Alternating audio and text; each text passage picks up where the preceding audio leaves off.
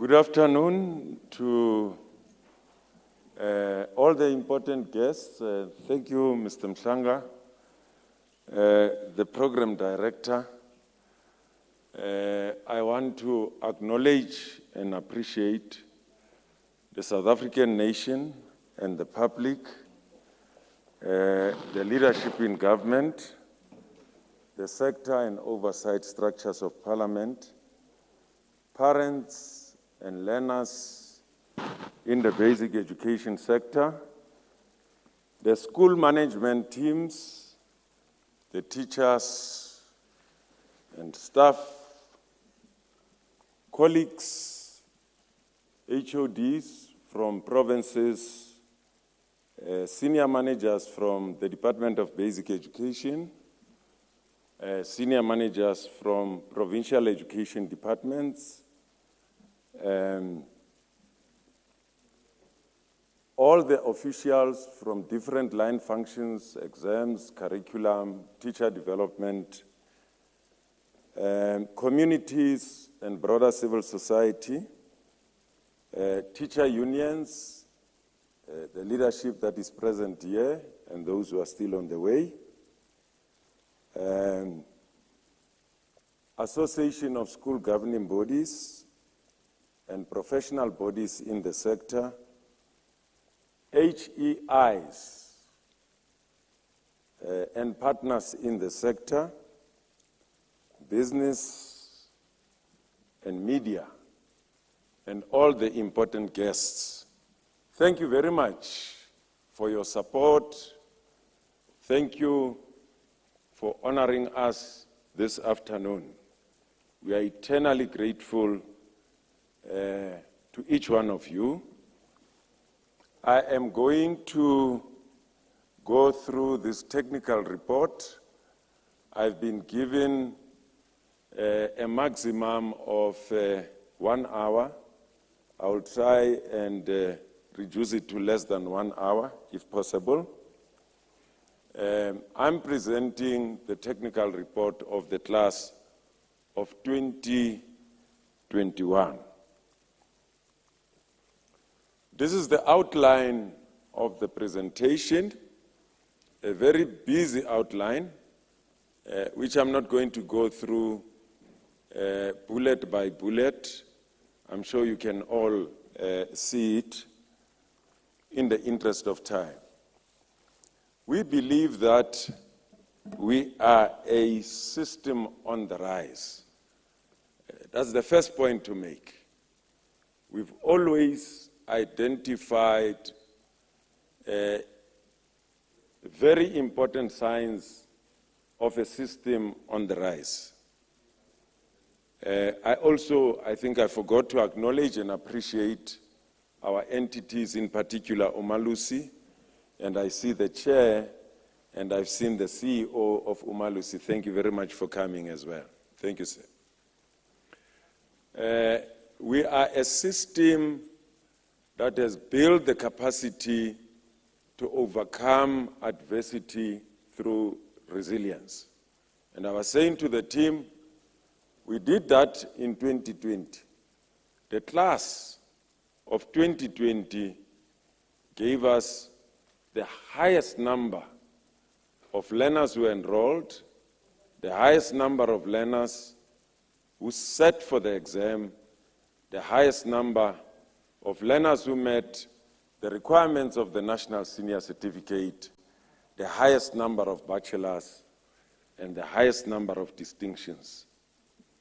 The only flip side, in terms of very important indicators for that class, is that it dropped in the overall pass rate, as we all know, to 76.2% from 81% in 2019. So we are a system on the rise. Well, in terms of introduction, our direction comes from the National Development Plan. 3 cardinal points from the NDP. Number 1, the NDP expects or enjoined us to contribute to an education and training system of the highest quality. That's what we are expected to do as the basic education sector. And in contributing to an education and training system of the highest quality, we are expected to improve our learning outcomes. Thirdly, we are also expected to improve our performance in international tests, such as PILS, TIMS, and SAPMEC. I must say that we have improved our performance in SAPMEC, we have improved our performance in TIMS, but in the last participation in PILS, our performance remained the same. Our results in the National Senior Certificate dipped in 2020 in terms of the National Senior Certificate. And the Minister will announce this evening as to whether we've been able to maintain last year's performance or whether the results are going to improve. What are some of the indicators that give us the state of health of our system? We will not claim to be succeeding and improving in every area. There are a myriad of challenges in the sector, but we work very hard, Professor Volmik. We work very hard, and we engender a culture of hard work, even in our learners. Many of our schools started on the 3rd of January, before the official opening on the 12th. Our schools, out of own volition, had already started, particularly those that are in grade 12. So the NEC, or rather the NSC, has become a very important barometer to tell us about whether we are succeeding or not in the sector.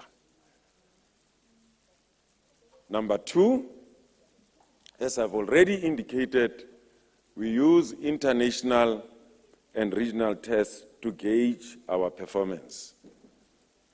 We've also now brought in the systemic evaluation to give us regular data and again to give us the state of health of the system to replace the annual national assessments that we used to carry out through ANA. Many of you would remember that. We also finalized the general education certificate, working with Umalusi, who plays a very important role as a quality assurer in finalizing that qualification, which is going to afford us important data to make crucial decisions as learners and parents in terms of the pathway that learners are going to follow post grade 9, whether you go academic, whether you go occupational, or whether you go vocational. That will afford us incredibly valuable data to inform decisions that are to be made. We also use the 6 social justice principles that are encapsulated in Sustainable Goal number 4 of UNESCO, and we report against those at UNESCO, including the United Nations, on a regular basis. We will also reflect on that in the course of this presentation. What is the profile of the class of 2021? The largest class ever in history. This class, to use the words of the chair of the Assessment and Standards Committee of Umalusi, went through an extraordinary ordinary 2 years of schooling in grade 11 and grade 12. By 2020, when lockdown started, they were in grade 11. They got disrupted. Their schooling was disrupted in many ways. This class had their vacations shortened to allow for more time for teaching and learning. Exams, half-yearly exams, quarterly exams were cancelled to give way to teaching and learning. This is because we knew the gaps that this class was coming with. This class also went through assessment changes in grade 11, where school-based assessment was increased from 25% to 60%.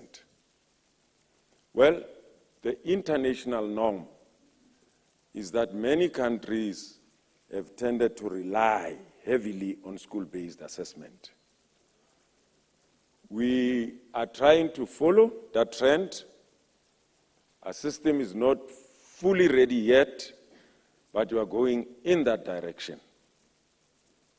The weighting of exams also got decreased from 75% to 40%. These attributes are cardinal in interpreting and understanding the performance of the class of 2021. What is the unique educational context of this class? In line with what I've shared already, this class had to be taught through a rotational system, which we now all know about. You would be aware that the nut joints of DGs met today at 12. The President and the National Coronavirus Command Council will be meeting this evening. The President indicated yesterday, I think when he spoke, that they are looking at possibilities of relaxing the COVID-19 restrictions. We've made a presentation which was supported by the net joints of DGs, is now going to the NCCC for consideration, and our recommendation is that we want to see schooling full back on track 100%. And we hope that that recommendation will be endorsed by the NCCC. This class, as you would have seen, did not have a full exposure to exams. Practice makes perfect. And how you prepare learners, you subject them to regular controlled assessment so that they are ready for exams. They also went through a trimmed curriculum.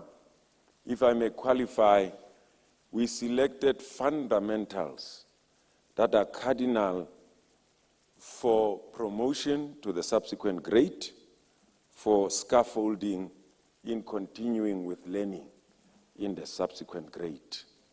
Our experts did that, and they did an excellent job. This class had to learn from home, away from their peers, away from their teachers. This class needed psychosocial support, as we all know, that many of them lost their loved ones, their parents, their caregivers, their next of kin. They lost teachers, they lost school principals, they lost school management teams. The class of 2021 went through amendments of CAPS in terms of Section 4. They also had to learn under conditions of COVID-19. I'm sure you'll agree with us when we say this is a unique class compared to previous cohorts, if you look at the context within which they had to learn. The size and shape This is us, basic education, 9 provincial education departments, plus the national department, your educational districts and circuits, the schools reduced from 25,000 to 24. And the reason for that, we've closed and merged unviable small schools that do not lend themselves to being educationally and economically viable. A quick summary is that our learner numbers continue to grow every year. In 2020, our total learner enrollment was 13,100,000 learners. In 2021, the number has grown to 13,400,000 learners, despite the impact of COVID-19. We have grown by 300,000 learners in the system. I'm sure you can see that we've put in public schools, independent schools. I also want to underscore the fact that the number of independent or private schools writing exams with the Department of Basic Education as the assessment body far exceeds the number of schools, independent schools, writing through IEB. And we can share those numbers, but the figures that we have shared with you here, I think will attest to that. We've introduced this slide because many people would say the number of learners who entered the system compared to the number of learners who leave the system, it's either half or less than half. And we're tracking these learners as they go through the system. You can see that there are improvements. There are many reasons for these improvements, but there are 2 main ones.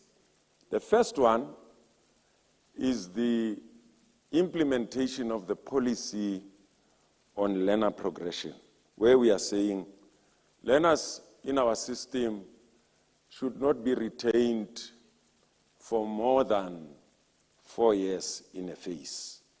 That's a policy in the sector. Secondly, the change in the assessment, which I've shared with you, has also contributed to that. You can see that there is movement of learners from one grade to the other. But very important point that I think I need also to include, after grade 9, learners can opt to go to TVET colleges or continue with their schooling. In TVET colleges, you've got roughly about 800,000 young people who are in our 55 campuses in TVET colleges. The only problem that we have is our inability to link our systems, and the President has instructed that we must make sure that we get our systems linked so that we account for every learner. The official dropout rate in the basic education sector from research is between 13 and 15%. The problem that we have in the system, well, dropout rate is there, but the major problem is failure, retention, and repetition rate, if you like repetition rate. In some cases, you get even in grade 1, 30% of learners being retained. In many countries, progression is automatic. When we shared that with the South African public, some of our critics said, we know that it should be African countries. And when we shared the list with them, they got a shock of their lives. Leading in the list were first world countries. It doesn't make sense to get learners to repeat from an economic reason, from an educational reason. it really benefits learners to retain them. In fact, the contrary is true. There is enough in the body of research about that. Well, some very interesting figures in terms of the class of 2021 on our EMIS data, Educational Management Information System. They landed with 750,000. Now, I'm sure we're also signaling HOD Gauteng that our problems are going to be compounded in 2022. If you think that we've gone through problems with this class in terms of their numbers, the numbers are going to be more this year. God should help us all. Well, in terms of enrollment, you can see that 733,000, those who wrote. What is exciting, Professor Volmik, is that this class had the highest number of learners who turned up to write exams. Highest in enrollment, highest also in turning up for exams. There must be something special among, those things that could account for this. And I'm sure that confidence to get to the exam, it's about preparation, it's about motivation, it's about support. And thank you very much to all the teachers, to all the parents, to all the officials who've been working extremely hard to support this class. You can see the number of those who did not turn up for exams is the lowest ever in history. Learner support, four points that we're sharing. It was around curriculum coverage. Of course, revision was part of that. Additional resources, support through broadcast, solution, TV, radio, teacher development was also cardinal in providing support to this class. CEO, I just thought that I must share this, which was shared by the minister, to try and contribute in in diffusing the confusion out there in the public around pass requirements. To say for bachelors, our qualification is a 4-quadrant qualification.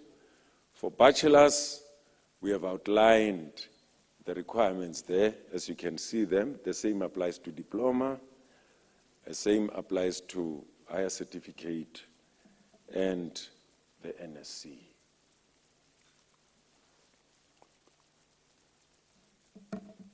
Running exams, it's a huge enterprise, not only in South Africa, but all over the world.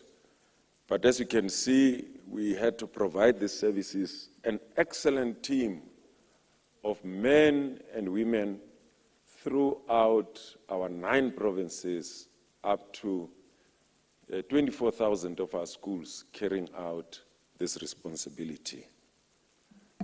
I'm not going to go into details of the number of marking centers because of the increased in learner numbers that had a rippling effect in terms of all that we needed to put in to make this a success. And thanks God that we didn't have paper leaks this time around. Well, this is the same data. Well, I'm just giving the information that I gave earlier on. The highest number ever, you can see that it's head and shoulder above the rest of the other cohorts. It stands out like a sore thumb. Part-time candidates, we had a drop last year. We're happy that the numbers are coming back. The point that I made earlier on, if candidates are fully prepared, supported and motivated, they would go and write exams. So we've seen an improvement, at least in 2021, for part-time candidates. And we're just giving a comparison from 2017 to 2021. I'm sure you can see the difference, particularly between those years, especially the last 2 years.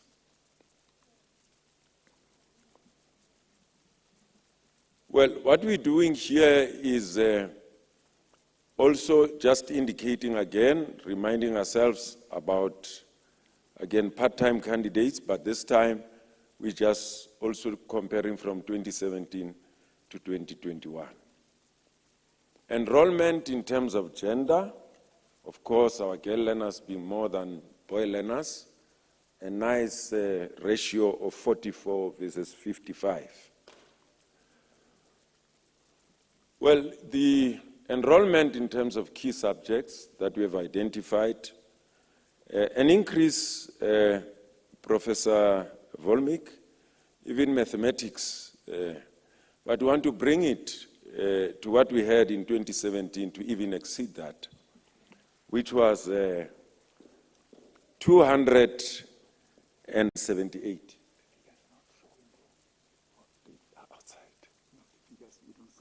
Okay. Okay. Thank you. The CEO was just indicating to me that it might be important, Mr. Mhlanga, just to have us share the figures as well. It looks like, yeah, good, brilliant. Thank you for a timely and strategic intervention, CEO. So increase across the board, as you can see, the biggest class ever. Home languages, you can also see, including South African Sign Language. We want to grow this subject to offer it even as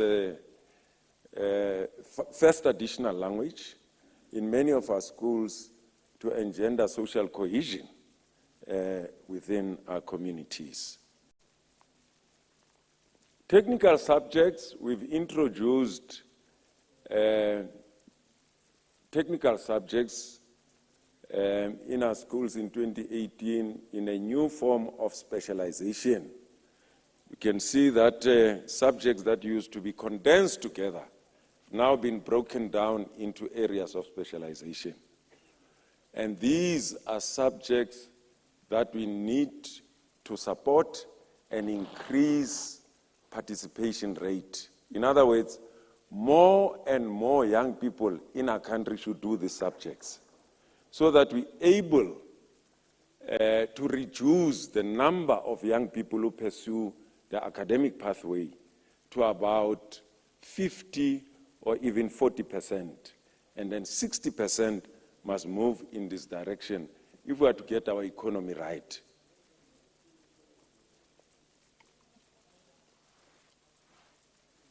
The enrollment for South African Sign Language, which is what you see before you, the enrollment for these new subjects, technical maths, which was not there before, very new subject which we introduced in 2018, technical science.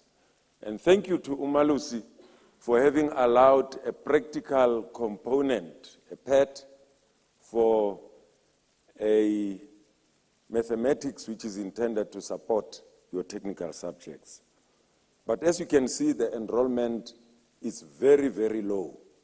We need to push for higher numbers in these subjects.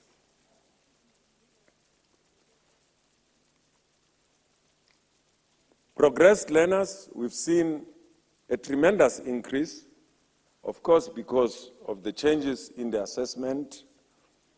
Only 2 provinces in the main Limpopo with 3,000 more progressed learners and 316 in Mpumalanga. The rest of the other provinces reduced the number of progressed learners. Total learners who entered in terms of age analysis. The majority of our young people enter schooling at the appropriate age of 7 years, as you can see, finishing at 18 years. Very few are underage, and there are various reasons for that. It could be accelerated learning. It could also be learners who are necessarily not part of the public schooling system, but independent of private schooling system, and not regulated in terms of strictly having to start schooling at the age of 7. Our overage learners are getting reduced. As you can see, the graph is moving towards the left and reducing from the right, as you can see. There are still some overage learners. A gender split of that, as you can see, from age 20, in your appropriate ages, girl learners are leading, they are in the majority. In terms of overage learners, the number of girl learners is reduced. The boy learners are dominating. What does it mean? Boy learners tend to take a longer period to finish schooling because of social ills, being engulfed in social ills. We raise this every year. We're trying to do something about it. And somebody said to us, it doesn't mean that we're focusing on the girl learner. We need to maintain the balance. Support both, but make sure that the boy learner also is supported in terms of the social ills. Learners with special education needs, the slight drop is in the Free State. The rest of the other provinces increased, both learners who entered and wrote. Correctional services, what we like saying is that there's no place to hide for basic education. We follow you. Everywhere you go, we will go there. In terms of both part-time and full-time candidates, those are the numbers. You can see that we had a drop, in those who wrote and those who entered. Social grants, some decreases rather in some of the provinces for learners who enrolled. But overall, you can see that there is an increase because of the overall increase in the learner enrollment. Standardization. This class of 2021 enjoyed some generosity rather from standardization, and for factors and reasons explained by Umalusi when they certified and approved the release of the results. Standardization happens all over the world, and I'm sure the CEO will continue to enlighten us about the need for standardization. And so we thought that we must also share this data with you. Well, taking a historical perspective of learners who met the requirements, last year we had the highest number, and in a few hours' time, we will know how the class of 2021 is in terms of its own numbers. In terms of the overall pass rate, I've already indicated, I've given you the numbers, the highest enrollment and the highest number of those who sat for exam. And this class had the smallest number of those who did not write the exam.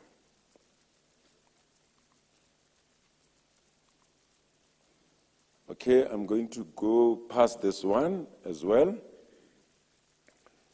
What we also do is that because performance is multidimensional, it's not only about the overall pass rate, it's also about how you perform in terms of fee-paying schools versus non-fee-paying schools and independent schools. And we compare this. I mean, you'll see that some provinces can get number 1 in overall pass rate, overall. But when it comes to fee paying, there's no monopoly of positions. A different province would get position 1, and a different one would get 2 or 3. And that's what we are trying to share here.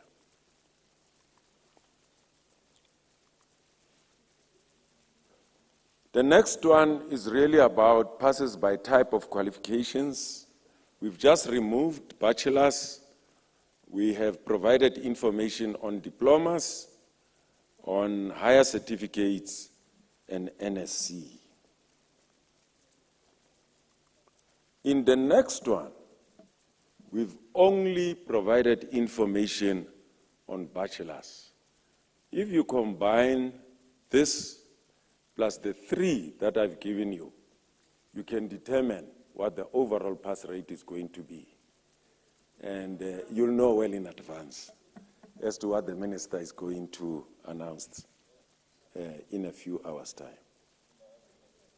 And here it's in terms of fee paying, non-fee paying, and independent schools. Bachelor pass trend in terms of percentages last year,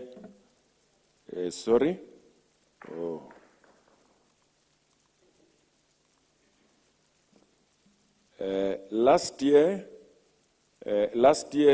was the second highest performance, and I think in a few hours' time we'll know how this class is going to compare with the class of 2020 and the highest class in terms of performance, which is the 2019 class. In terms of numbers, we had the highest number of bachelors last year, even though, as I've already indicated, overall pass rate dropped, but the number of bachelors, because of the increase in the learner numbers and the chances of succeeding if supported, we had the highest number of bachelors last year. We're starting to tell you how the results look like.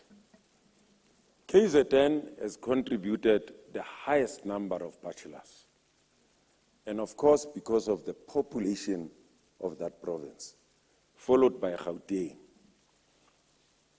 I'm sure you'd also appreciate the fact that between Gauteng and KZN, they account for almost 50% of the total number of bachelors in the system, Gauteng and KZN.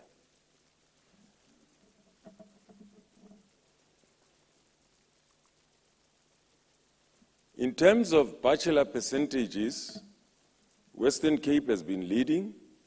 Western Cape is still leading even this time around. I'm sharing the results now.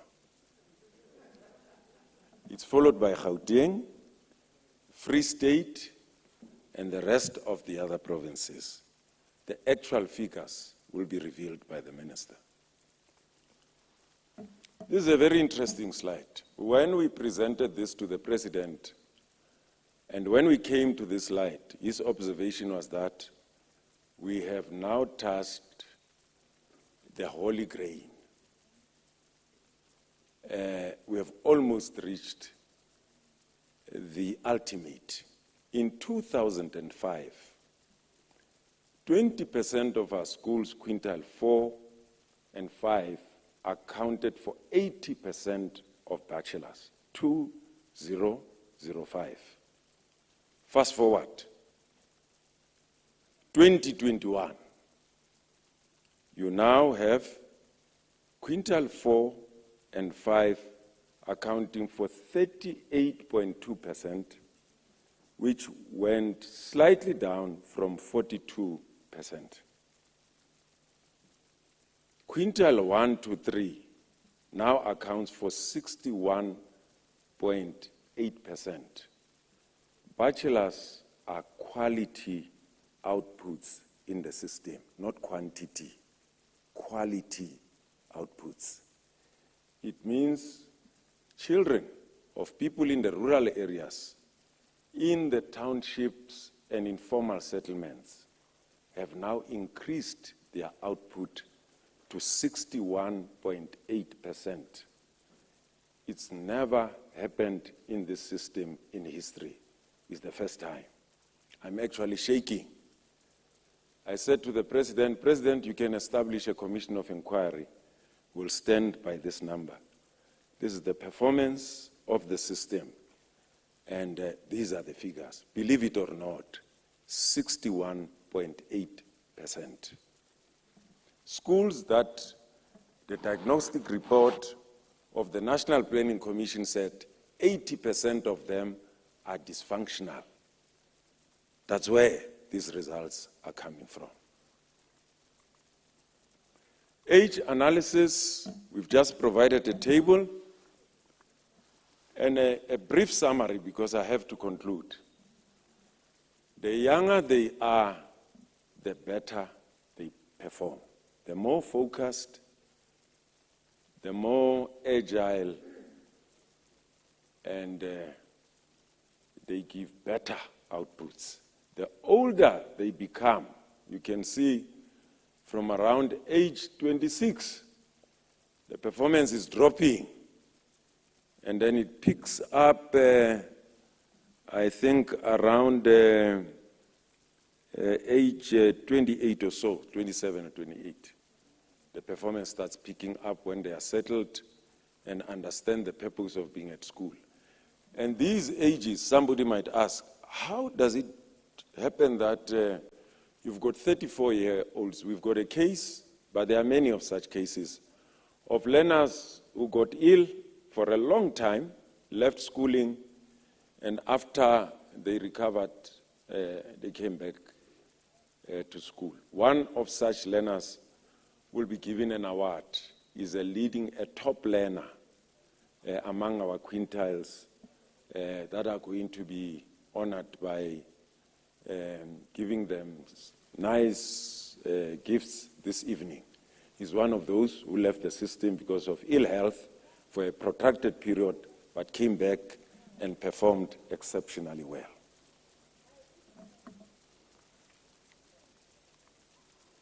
Well, this is just a graph giving the same message. You see a dip the older they become, but I've explained the reasons for those who might be 13 years, 14 years, who are underage in the system. This is very interesting in terms of performance again. You can see that our girl learners are doing exceptionally well in finishing schooling well within the required age. May I also indicate 80% of our learners in the class of 2021 are between the ages of 18 and 20.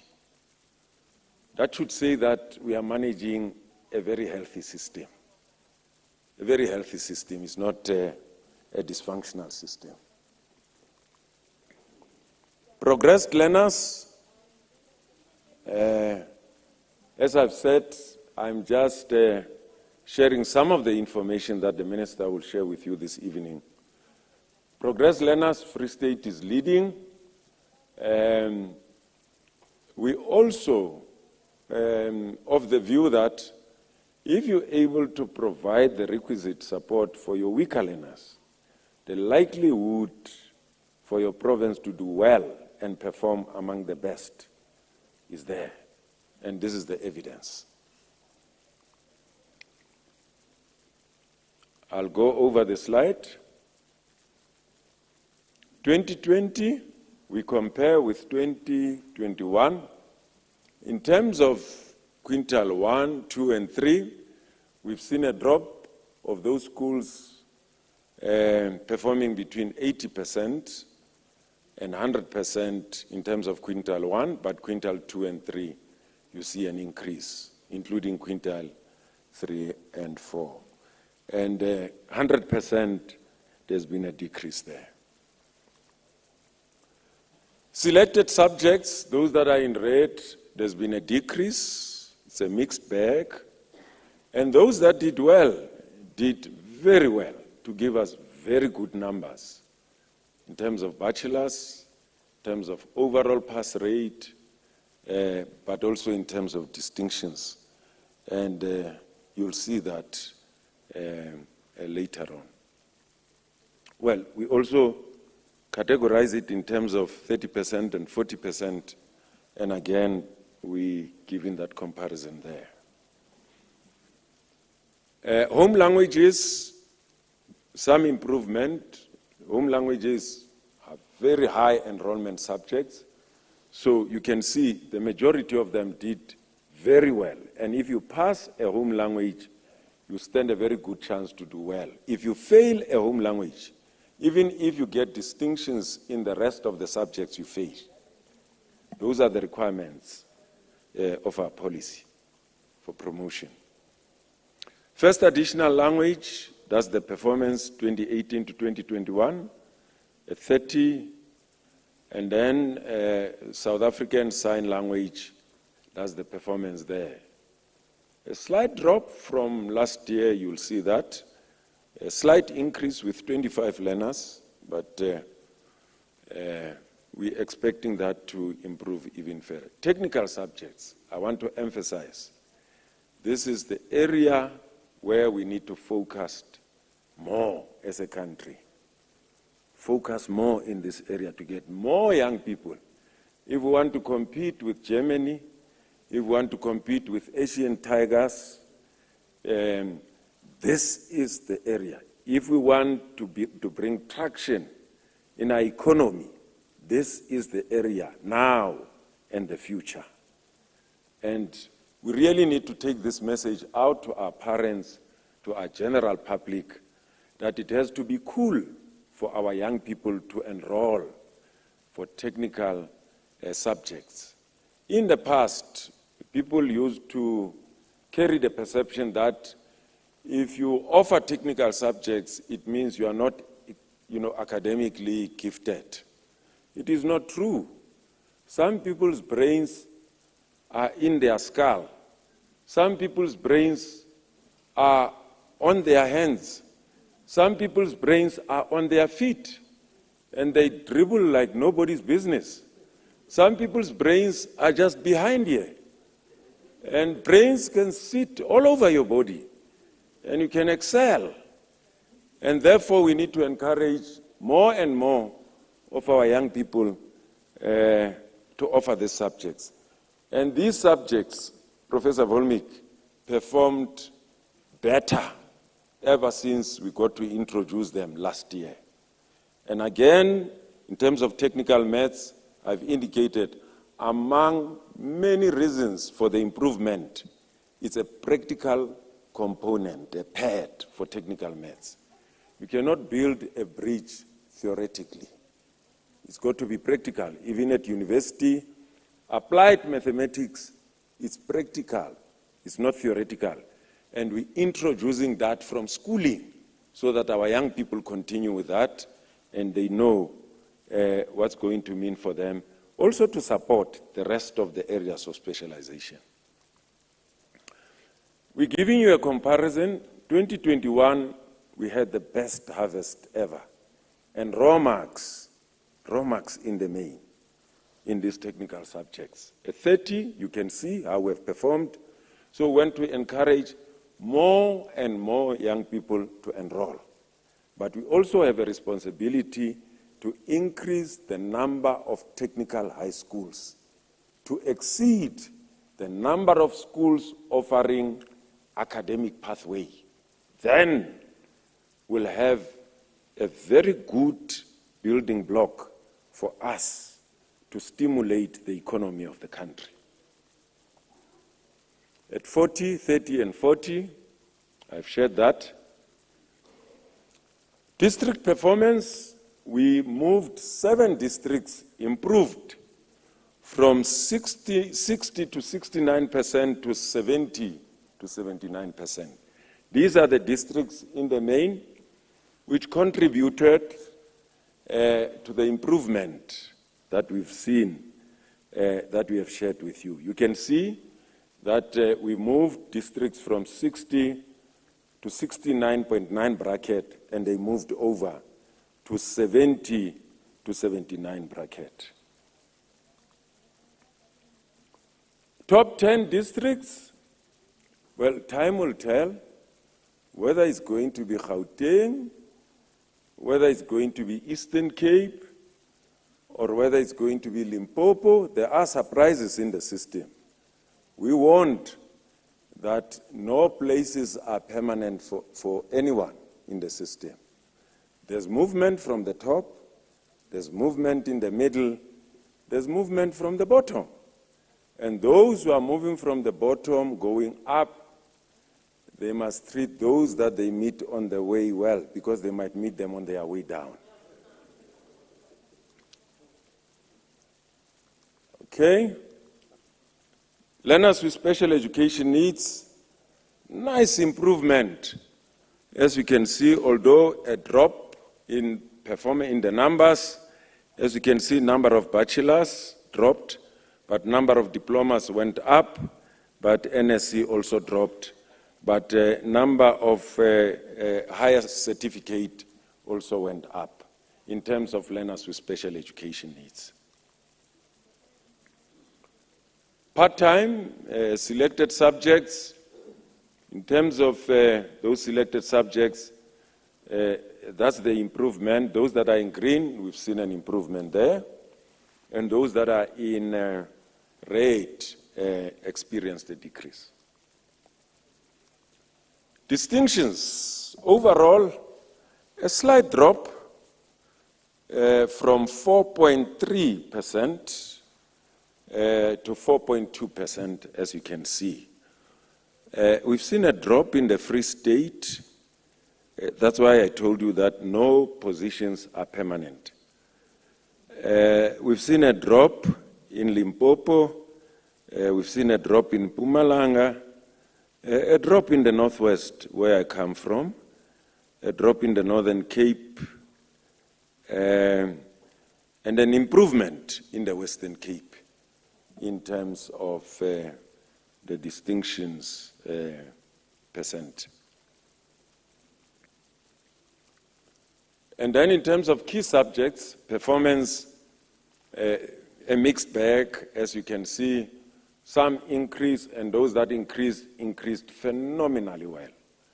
And Professor Volmik, I'm happy that mathematics enjoyed raw marks this year. No upward adjustment in mathematics.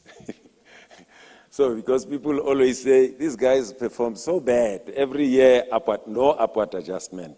Raw marks, marks from the scripts of our young people. I'm sure you can applaud them. That's not the best performance, but at least the needle is moving in the right direction. Well, progressed candidates, there is no dustbin for human beings in basic education. I think the notion of umuntu akalahlwa is appropriate. There is no dustbin in basic education, and we'll never give up on our young people. And look at how they've performed, even in maths, even in physical science. It's a great pity they've removed the slides. It's not only in your so-called soft subjects, they've given us distinctions, even in so-called cognitively demanding subjects. Social grants, a small decrease there in terms of those that are active. Those that are active are learners who are still receiving the grant.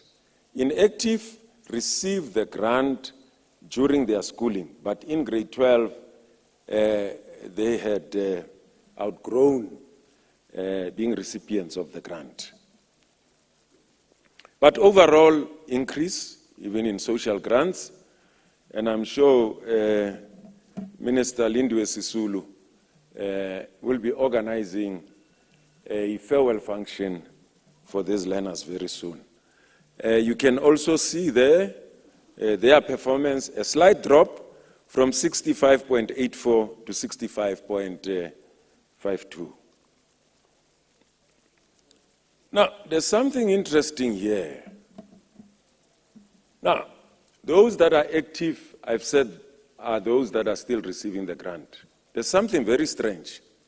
Those that are still recipients seem to perform better than those that are no longer receiving the grant. And would want social scientists to investigate this and confirm our anecdotal evidence.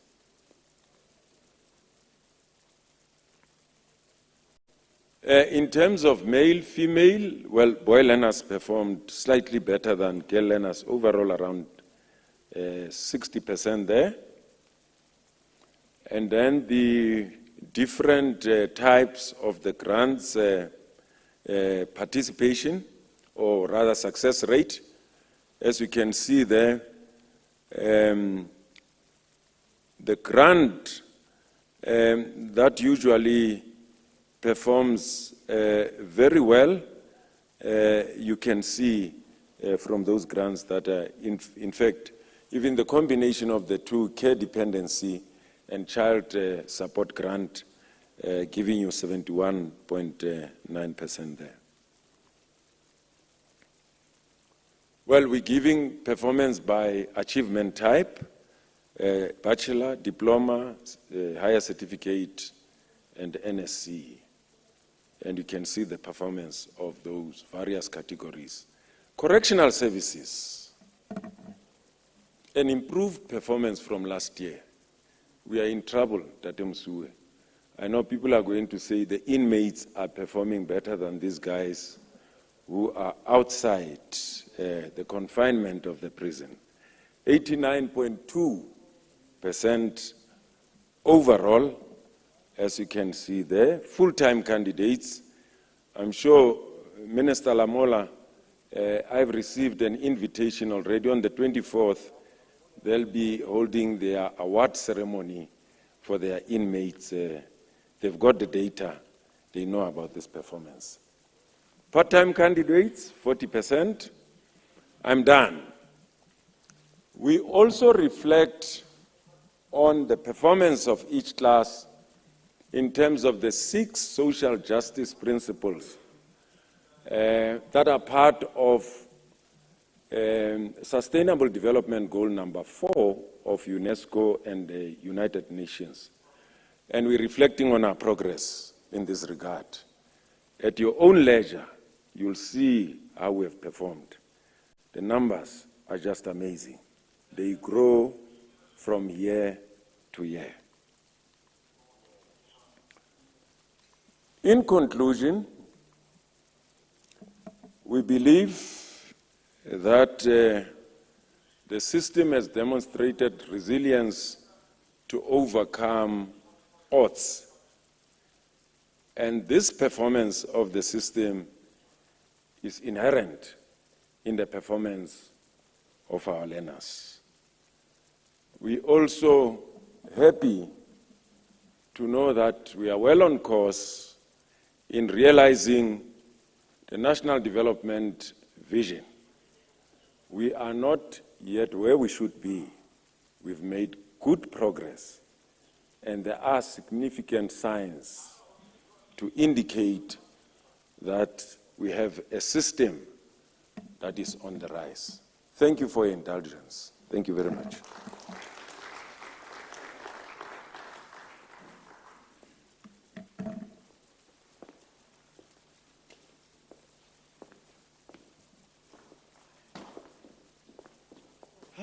I came at the right time. Thanks, DG. Thank you very much for that comprehensive briefing. We'll make the document available. I think it's already available somewhere. I saw a link, and we will make it available. We know it's the most analyzed document in the reports that we compile in the sector. Thanks very much, DJ. You kept to your promise. Can you please give the DJ a round of applause? Okay, now that we have that out of the way, we are going to ask that we take a break. We will be receiving our top achievers very soon. and we will be preparing for the live broadcast, which is going to be starting at 6. But we need everyone seated at 5:45. So you have between now and 5:45 to have a break. There's water outside. There's some snacks as well. We can enjoy that in the meantime. And we request that when we come back, we try respect social distancing. I think the program director will also talk to that. I know some people will say, no, but we are family. People always say that. And they say, I can sit next to her. We are colleagues. And we've been like this for a long time, so there's no issue. But we need to try comply with that. We need to be seen to be trying to comply with that at least. We are going to rearrange the seating when we come back because the MEC is not seated where the MEC should be sitting. MEC. We will rearrange. I'm talking to you. I'm talking to you, MEC. I can see you even with your mask. I also see your support there in Tatamuloi. It's good to see you, Tatamuloi. We don't usually see you here. The MEC is always on his own, but you're here today. HOD, also you will be rearranging where you will be sitting. So that's why we need the break that we want to take. I don't know if DG wanted to take questions based on the report that you've delivered. You will indicate to me, or if anyone has a question to ask, you can raise your hand. The DG is here. But if there's none, then I'm going to ask that we take that break so that we can allow the team to finalize what we need to finalize here. It might look to you like everything is ready, but we can tell you that there are still a few small things that we need to do. So, thank you very much. We will reconvene at 17:45. Thank you. Yeah, I've tried. No, you did. And it was live all along.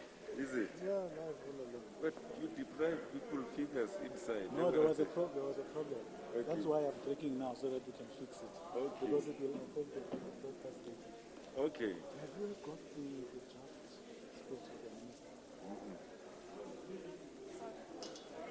What do you want to do? No, we usually share it with share it with the SABC so that they can prepare the slides that they will play.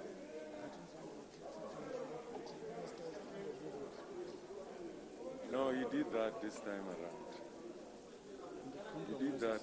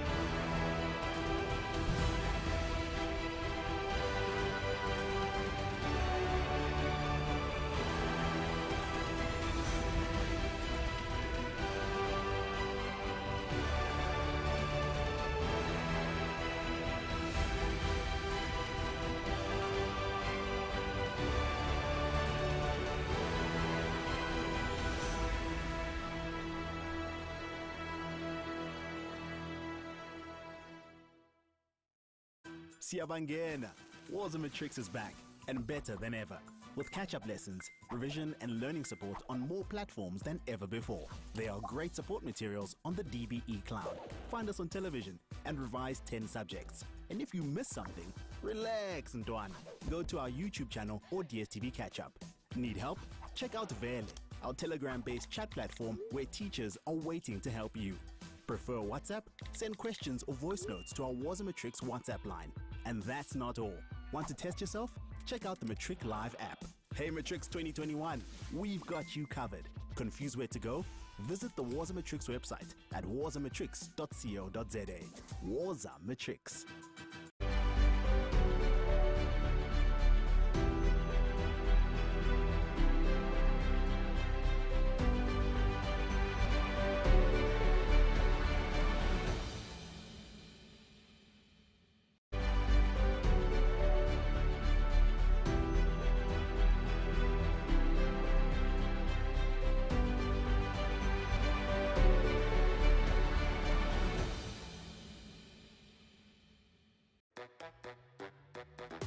Is someone in your house writing exams? It's normal if they're afraid, so pay attention to their concerns. Help them stay calm and focused. Encourage them to get enough sleep, to exercise and eat well. Know their exam timetable. Help them to make a study schedule and stick to it. Encourage them to stay positive. But if anxiety is affecting their work, don't be afraid to get help. Ask other parents or teachers for advice. Warza Matrix.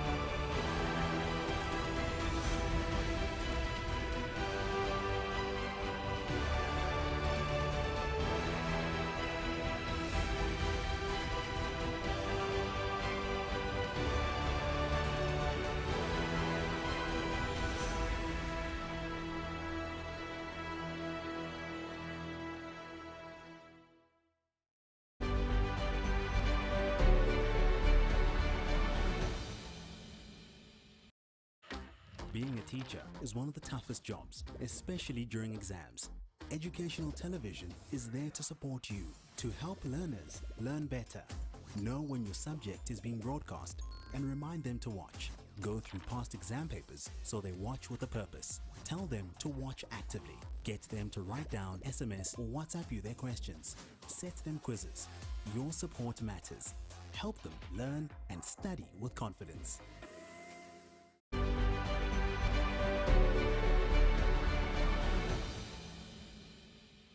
Siyabangena! Wars and Matrix is back and better than ever. With catch-up lessons, revision and learning support on more platforms than ever before. There are great support materials on the DBE cloud. Find us on television and revise 10 subjects. And if you miss something, relax, Ndwana. Go to our YouTube channel or DSTV catch-up. Need help? Check out Vele, our Telegram-based chat platform where teachers are waiting to help you. Prefer WhatsApp? Send questions or voice notes to our Wars and Matrix WhatsApp line. And that's not all. Want to test yourself? Check out the Matric Live app. Hey Matrix 2021, we've got you covered. Confused where to go? Visit the Wars and Matrix website at warsandmatrix.co.za. Wars and Matrix. Hey Matrix, don't give up. Watch Wars and Matrix every day on TV to help you revise and study with confidence. Check the schedule and plan your studying for the week. Read up on the topic before you watch. Come prepared. It's hard to focus if you watch like this, or this, or this. Switch off your phone and switch on your brain. Sit up, be alert, take notes, and really listen. When we watch actively, that's when we learn. You can do it.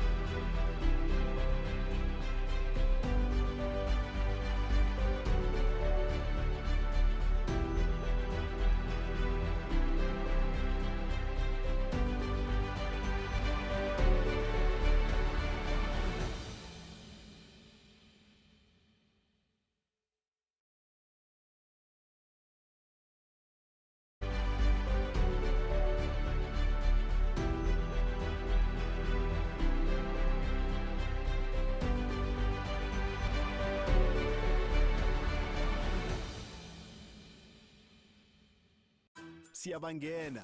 Waza Matrix is back and better than ever. With catch-up lessons, revision and learning support on more platforms than ever before. There are great support materials on the DBE cloud.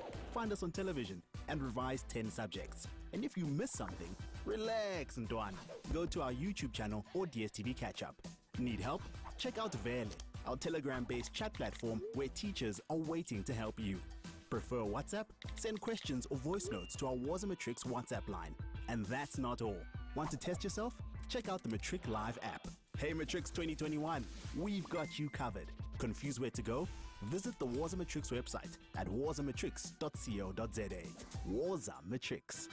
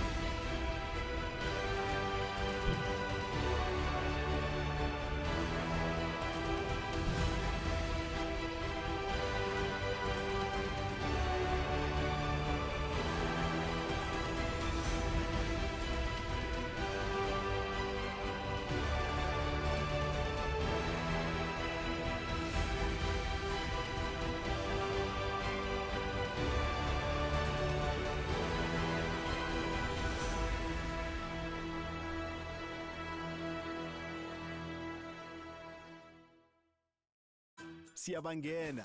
Waza Matrix is back and better than ever. With catch-up lessons, revision and learning support on more platforms than ever before. There are great support materials on the DBE cloud. Find us on television and revise 10 subjects. And if you miss something, relax, Ntwana. Go to our YouTube channel or DSTV catch-up. Need help? Check out Vele, our Telegram-based chat platform where teachers are waiting to help you. Prefer WhatsApp? Send questions or voice notes to our Waza Matrix WhatsApp line.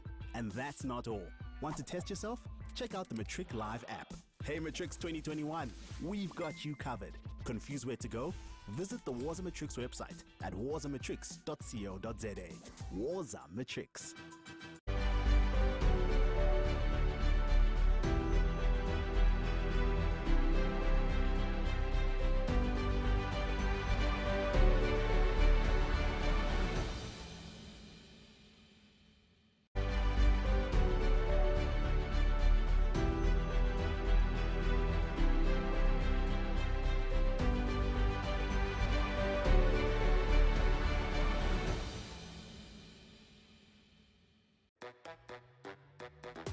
Is someone in your house writing exams? It's normal if they're afraid, so pay attention to their concerns. Help them stay calm and focused. Encourage them to get enough sleep, to exercise and eat well. Know their exam timetable. Help them to make a study schedule and stick to it. Encourage them to stay positive. But if anxiety is affecting their work, don't be afraid to get help. Ask other parents or teachers for advice. Waza Matrix.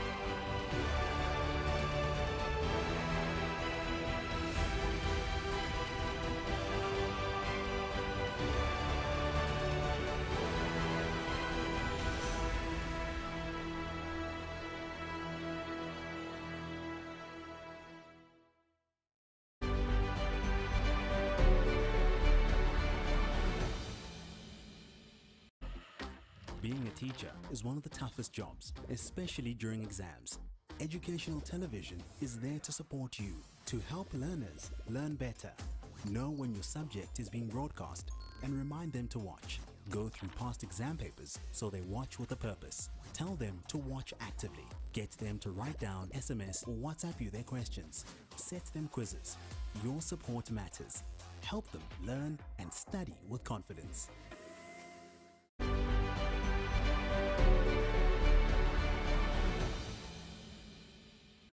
Siyabangena! Waza Matrix is back and better than ever, with catch-up lessons, revision and learning support on more platforms than ever before. There are great support materials on the DBE cloud. Find us on television and revise 10 subjects. And if you miss something, relax, Ntwana. Go to our YouTube channel or DSTV catch-up. Need help? Check out Vele, our Telegram-based chat platform where teachers are waiting to help you. Prefer WhatsApp? Send questions or voice notes to our Waza Matrix WhatsApp line. And that's not all. Want to test yourself? Check out the Matric Live app. Hey Matrix 2021, we've got you covered. Confused where to go? Visit the Waza Matrix website at wazamatrix.co.za. Waza Matrix. Hey Matrix, don't give up. Watch Waza Matrix every day on TV to help you revise and study with confidence. Check the schedule and plan your studying for the week. Read up on the topic before you watch. Come prepared. It's hard to focus if you watch like this, or this, or this. Switch off your phone and switch on your brain. Sit up, be alert, take notes, and really listen. When we watch actively, that's when we learn. You can do it.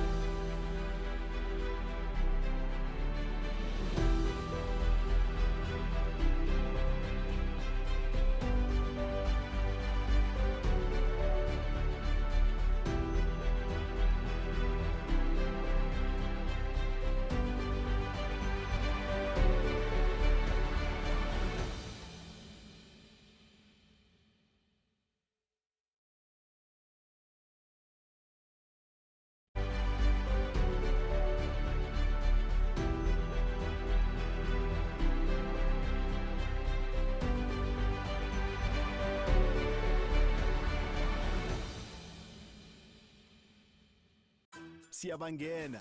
Waza Matrix is back and better than ever, with catch-up lessons, revision and learning support on more platforms than ever before. There are great support materials on the DBE Cloud. Find us on television and revise 10 subjects. And if you miss something, relax, Ntwana. Go to our YouTube channel or DSTV catch-up. Need help? Check out Vele, our Telegram-based chat platform where teachers are waiting to help you. Prefer WhatsApp? Send questions or voice notes to our Waza Matrix WhatsApp line. And that's not all. Want to test yourself? Check out the Matric Live app. Hey Matrix 2021, we've got you covered. Confused where to go? Visit the Waza Matrix website at wazamatrix.co.za. Waza Matrix.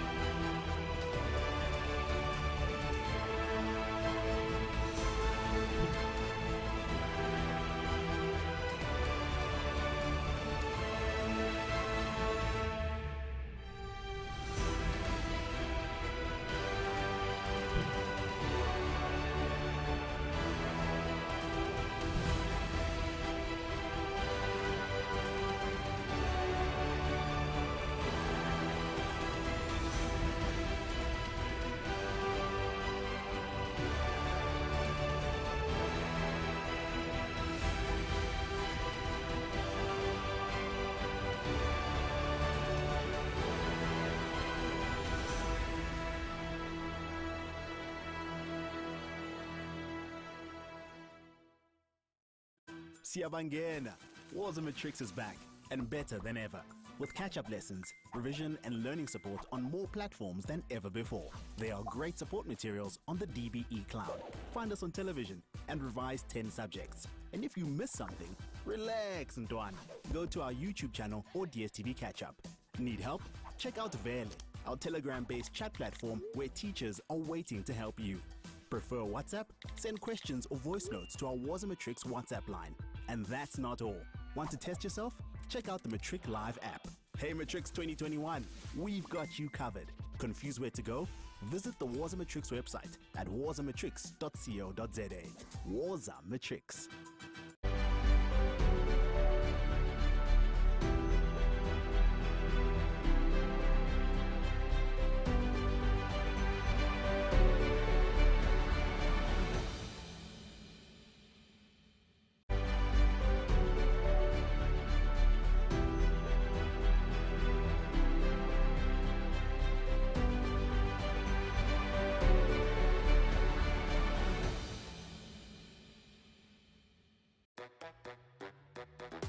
Is someone in your house writing exams? It's normal if they're afraid, so pay attention to their concerns. Help them stay calm and focused. Encourage them to get enough sleep, to exercise and eat well. Know their exam timetable. Help them to make a study schedule and stick to it. Encourage them to stay positive. But if anxiety is affecting their work, don't be afraid to get help. Ask other parents or teachers for advice. Waza Matrix.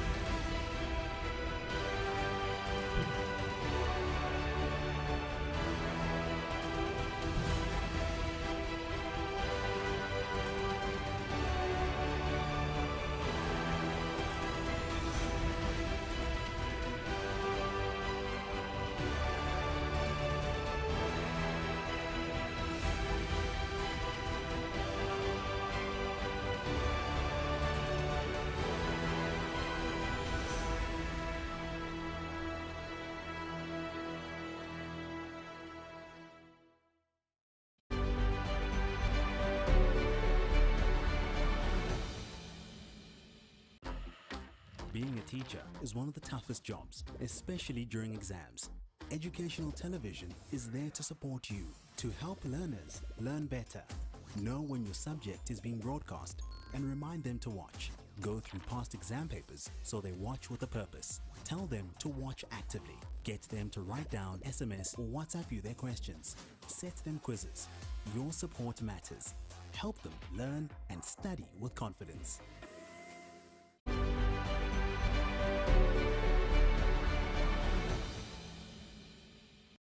Siyabangena! Waza Matrix is back and better than ever, with catch-up lessons, revision and learning support on more platforms than ever before. There are great support materials on the DBE cloud.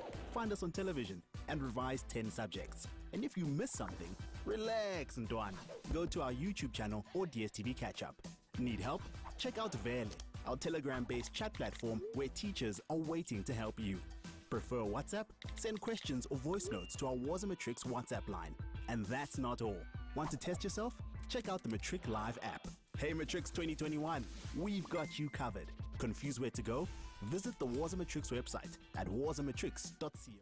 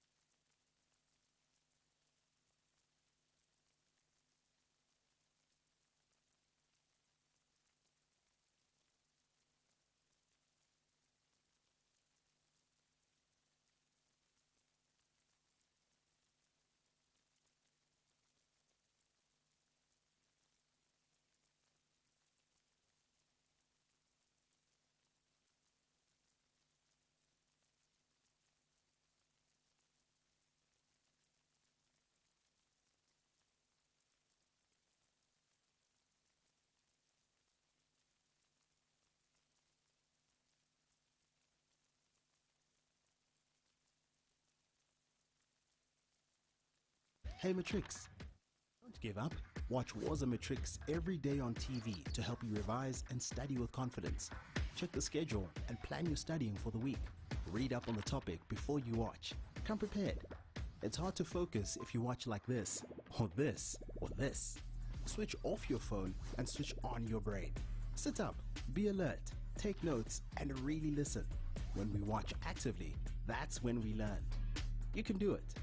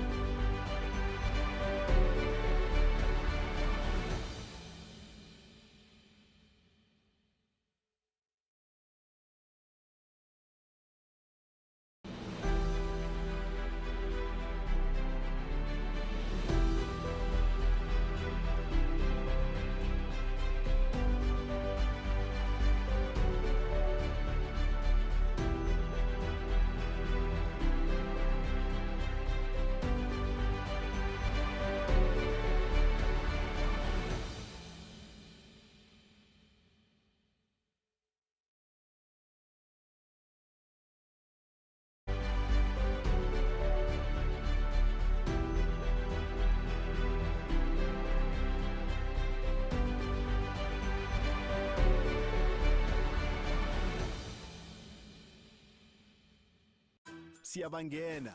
Wars of Matrix is back and better than ever. With catch-up lessons, revision and learning support on more platforms than ever before. There are great support materials on the DBE Cloud. Find us on television and revise 10 subjects. And if you miss something, relax, Ntwana. Go to our YouTube channel or DSTV Catch-up. Need help? Check out Vele, our Telegram-based chat platform where teachers are waiting to help you. Prefer WhatsApp? Send questions or voice notes to our Wars of Matrix WhatsApp line. And that's not all. Want to test yourself? Check out the Matric Live app. Hey Matrix 2021, we've got you covered. Confused where to go? Visit the Wars of Matrix website at warsofmatrix.co.za. Wars of Matrix.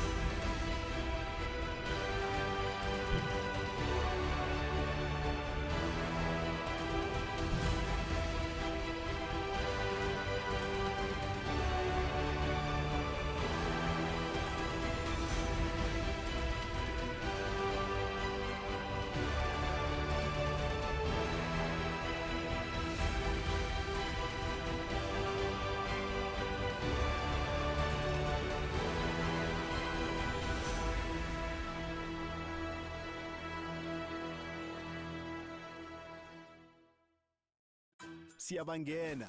Waza Matrix is back and better than ever. With catch-up lessons, revision and learning support on more platforms than ever before. There are great support materials on the DBE cloud. Find us on television and revise 10 subjects. And if you miss something, relax, Ntwana. Go to our YouTube channel or DSTV catch-up. Need help? Check out Vele, our Telegram-based chat platform where teachers are waiting to help you. Prefer WhatsApp? Send questions or voice notes to our Waza Matrix WhatsApp line. And that's not all. Want to test yourself? Check out the Matric Live app. Hey Matrix 2021, we've got you covered. Confused where to go? Visit the Waza Matrix website at wazamatrix.co.za. Waza Matrix.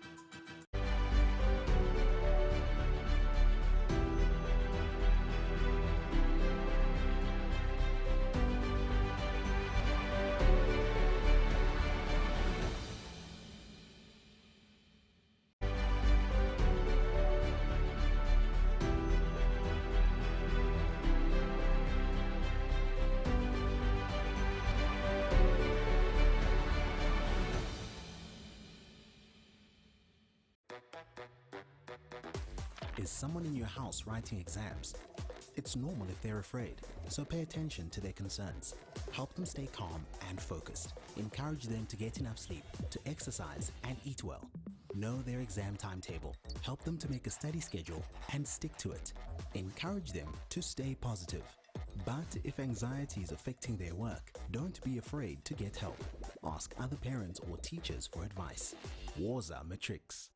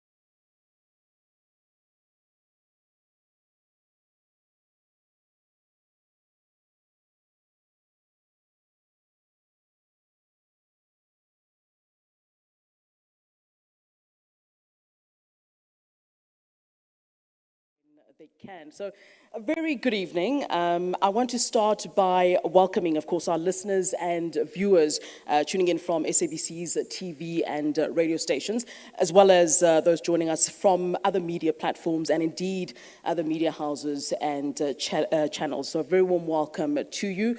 My name is Flo Letwaba. I'm SABC News anchor and your program director for this evening. A great pleasure and honor to be with you all this evening. I'd like to acknowledge the presence of you who are indeed here with me in the auditorium. We'll start off with our host, Chairperson of the SABC Board, Mr. Bongumusa Makatini, as well as Senior Management of the SABC, Basic Education Minister, Njimbo Tshekga, as well as Deputy Minister Makgabo Mahaule, our DG Matanze Mamweli, Senior Managers from the Department of Education, Teacher Union representatives who are here with us today, of course, my media colleagues, teachers and learners. The reason, indeed, that we are all gathered here today, I think at this point, I can say all protocol observed. And again, welcome to the SABC. But certainly for the formal welcoming, though, it's my pleasure to welcome onto the podium, to the stage here, the chairperson of the SABC board, that's Mr. Bongumusa Makatini.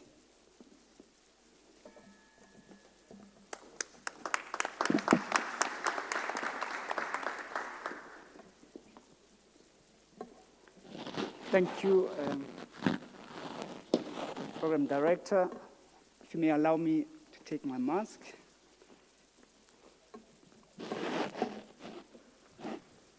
Minister of Basic Education, Minister Tshekga, Deputy Minister, MECs from different provinces, Director General, Mr.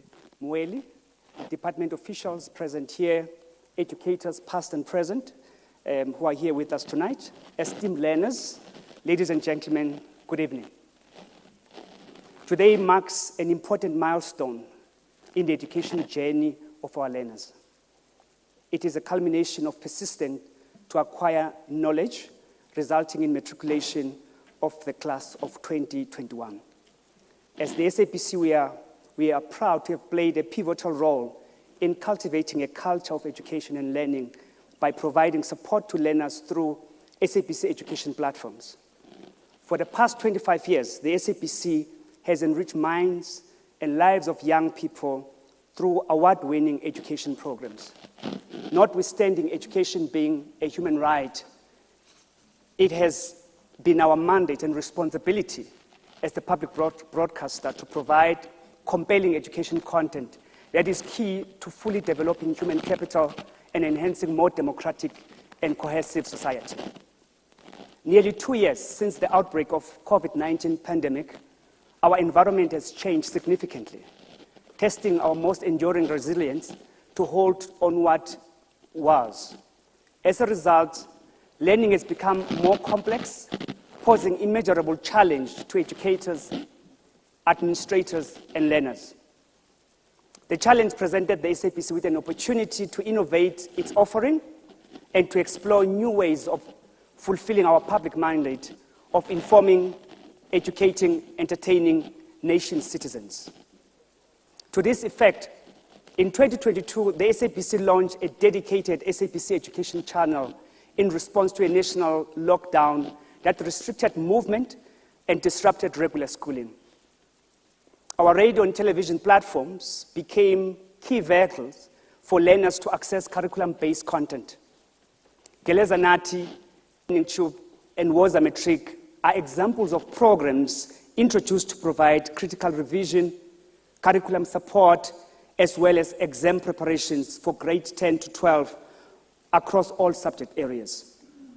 The SABC extended its education program to digital platform in response to fast-changing broadcasting environment of technology. We digitally streamed SABC education channels using a portal and enhanced our education visual academy to ensure that learners are supported anywhere and at any time. We recognize that not all learners have succeeded in matriculating today. For this reason, the SABC will launch a campaign called #MatricCentric aimed at guiding matriculants as they navigate life after high school, while equally providing support to those who will rewrite their matric exams. Ladies and gentlemen, these other educational interventions demonstrate our commitment to ensure that the SABC fulfills its mandate in delivering content that cultivates learning and restores dignity of South African citizens. As a public broadcaster, we will continue to discharge our mandate of providing educational content which is exciting and innovative, from the foundation phase to matric and beyond. On behalf of the SABC, I would like to congratulate the learners, the educators, the Department of Basic Education for your remarkable achievement despite untold challenge this past year. It has been a long journey, but your perseverance has paid off. To our learners, as you go to pursue further studies, I would like to borrow a few words from one of the continent's great sons, President Barack Obama, who writes, "Keep exploring, keep dreaming, keep asking why. Don't settle for what you already know. Never stop believing in the power of your ideas, your imagination, your hard work to change the world." I thank you.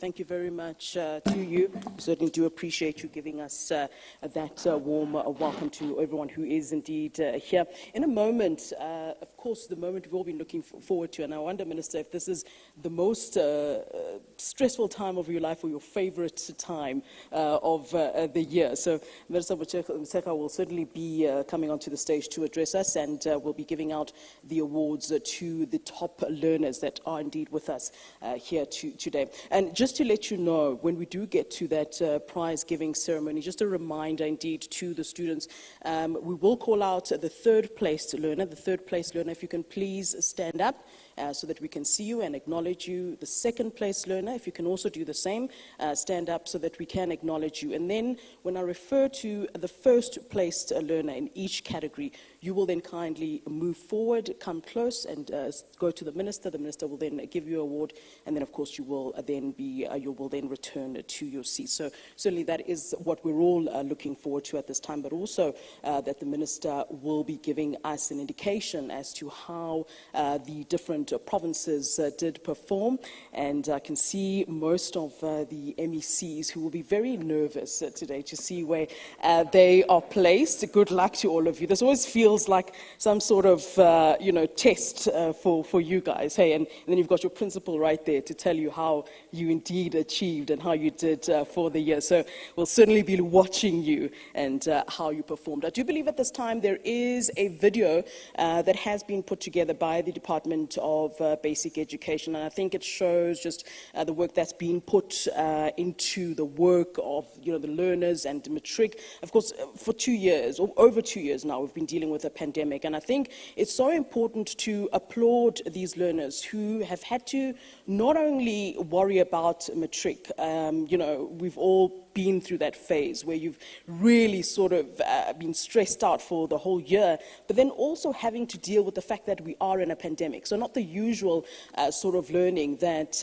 we've had to enjoy in class, where they've had to deal with a number of challenges. So the fact that these are the top learners today that we are acknowledging today really speaks volumes about them, the kind of people that they are, and certainly where they will go in future. So we're really proud of you. Before we even start the part of the achievements and what you've done and what you've achieved, but really it is just amazing the fact that you are just seated here.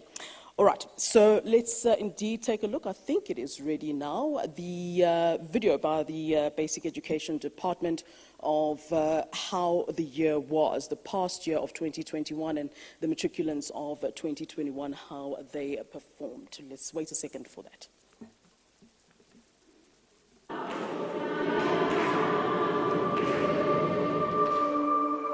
At least one person has been injured after a storm hit parts of the Free State earlier this week. The storm also caused damage to a marking center in Tabanchu. The Department of Basic Education says some matric exam scripts may have been damaged in the incident.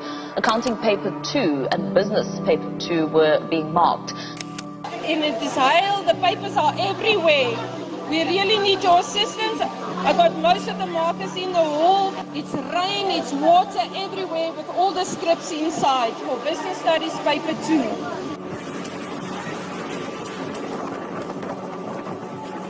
2. So there was no instruction given to collect scripts. It was a natural act of every single person in that hall. I just heard scripts, scripts, scripts. That's the word I was hearing. People praying and scripts. The ceiling is falling and there are scripts there. There is hail. I thought to myself, this needs divine intervention. And really, I think that is exactly what happened, because markers were supposed to have ran for their lives. They did, and they came back to get the scripts because they wanted to save the lives of the candidates, because you know a script is a life of a person. So they did exactly that, which I thought is really, really commendable. The markers need to be applauded. They are heroes and heroines. They saved the day. When one looks at the videos, you can't believe that you were actually inside. When you look at those videos, it's then that you realize, no, the grace of God, you know, it's unimaginable. We were marking, it was raining just like any other days, because during that week it started raining, and the week before that. So we took it as a normal rain, because usually at that time it rains.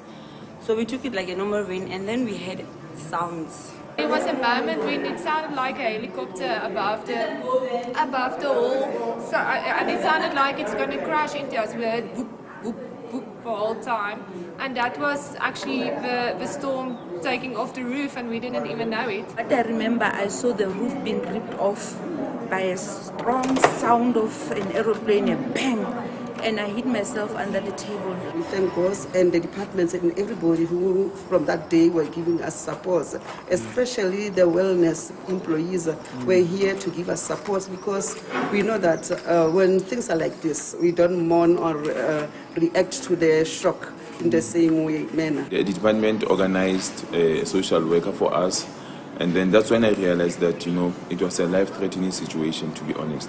That's when I thought about it, and then like, yeah. Because even some of our colleagues, when they spoke to a person from wellness, that's when they became aware to say that this thing was a life-threatening situation.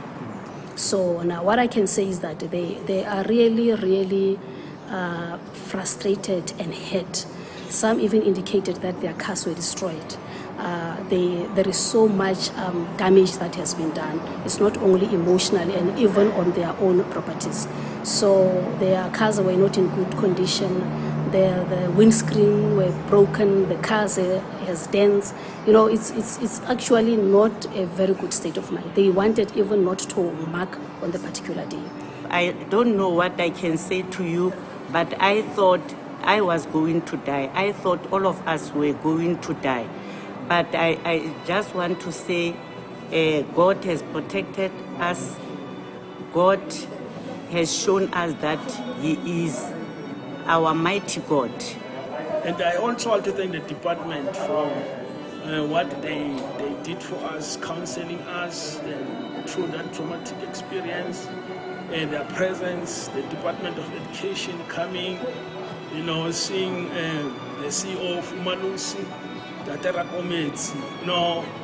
Satu, our organization, also came. I knew that if a script goes missing, it's not a matter of, oh, just one script is missing.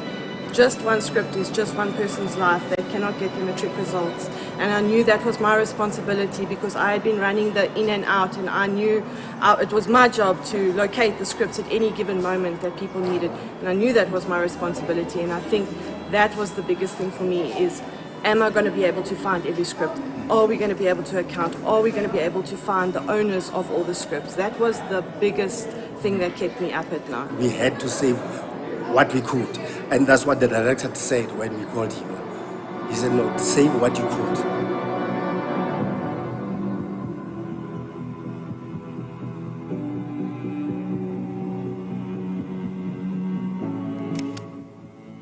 are glad to report today that all the scripts have been found, which means all the 24,590 scripts can now be fully accounted for. They have saved the integrity, the credibility, and the image of the entire National Senior Certificate Examination.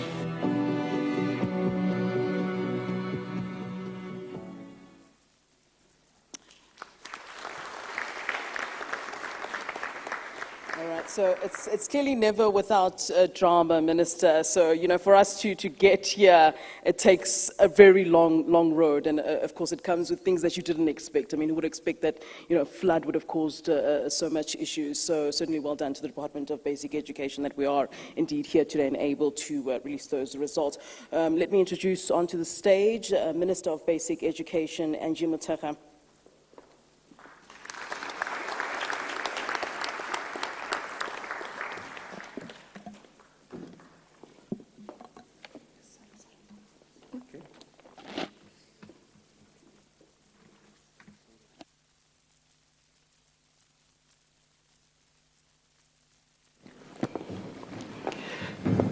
Program Director, let me acknowledge my colleagues, Dr. Muhaule, MECs from the different provinces, officials from both national and provinces. Also acknowledge our host and the senior leadership of the SABC. Acknowledge our partners, our teacher unions present, institutions I see, our partners in the department. Acknowledge Umalus, I see, Prof. and your team. But also acknowledge our sponsors and supporters of the program. Acknowledge our most important people for tonight, our learners, their parents, and educators who accompanied their children to this Matric announcement. So indeed, Program Director, we're gathered here to announce the 2021 National Senior Certificate exam results. And as we've said earlier, that the class of 2021 was the most affected by COVID-19 pandemic because they had to endure 2 consecutive years of harsh exposure to the unrelenting COVID-19 pandemic. As government, with our partners, our strategic partners, we worked tirelessly to strike the balance between saving lives and saving the 2021 academic year. Over the past 3 years, Program Director, we have continuously reminded the nation about the 7 basic sector principles of the 6th administration, which include that we have to deal decisively with the quality and efficiency of the education system through implementing, amongst others, standardized assessments at various exit points of the system at grade 3, 6, and 9, and offering the general education certificate before the grade 12 exit qualification, so that we're able to direct our learners through different pathways and introduce multiple qualifications and certification. As many countries of the world, we continue to review our education strategies in the context of COVID-19. There is a commitment from our side to make sure that we understand the early years of schooling and tracking learning losses through the different phases of the system. We have to make sure that we better respond to the NDP injunction, namely that the performance of our South African learners in international assessment tests have to make sure that we empower our young people to receive the best education comparable to countries of our economic level. So we do this in the context of a national assessment framework, which we call NEF. Several activities have already been introduced in 2021 to generate data on the status of learning at key transition points. And these include and are not limited to administration of an early learning national assessment, which we call ELNA, in grade 1 to make sure that we are confident that our learners are very ready to enter grade 1. Again, the progress in international literary studies, which we call PILS at grade 4, and also the SACMEC, which is the Southeastern Consortium on Monitoring Education Quality at grade 6. And all these are to make sure that we indeed benchmark ourselves against the world, but also make sure that we can track and monitor progress throughout the system and not only at grade 12. And because we don't have much time to go through the results of all these tests, I really want to implore South Africans to visit our website and to read more about our innovative assessment strategies. In February to March this year, we will introduce a systemic evaluation study of grade 3, 6, and 9, which are the critical exit points of our education system before grade 12, in order to better understand the learning trajectory from primary to secondary schools. And these initiatives will add to the current grade 12 NSC examination results and give a more comprehensive picture of the impact of COVID, but also of the South African schooling system.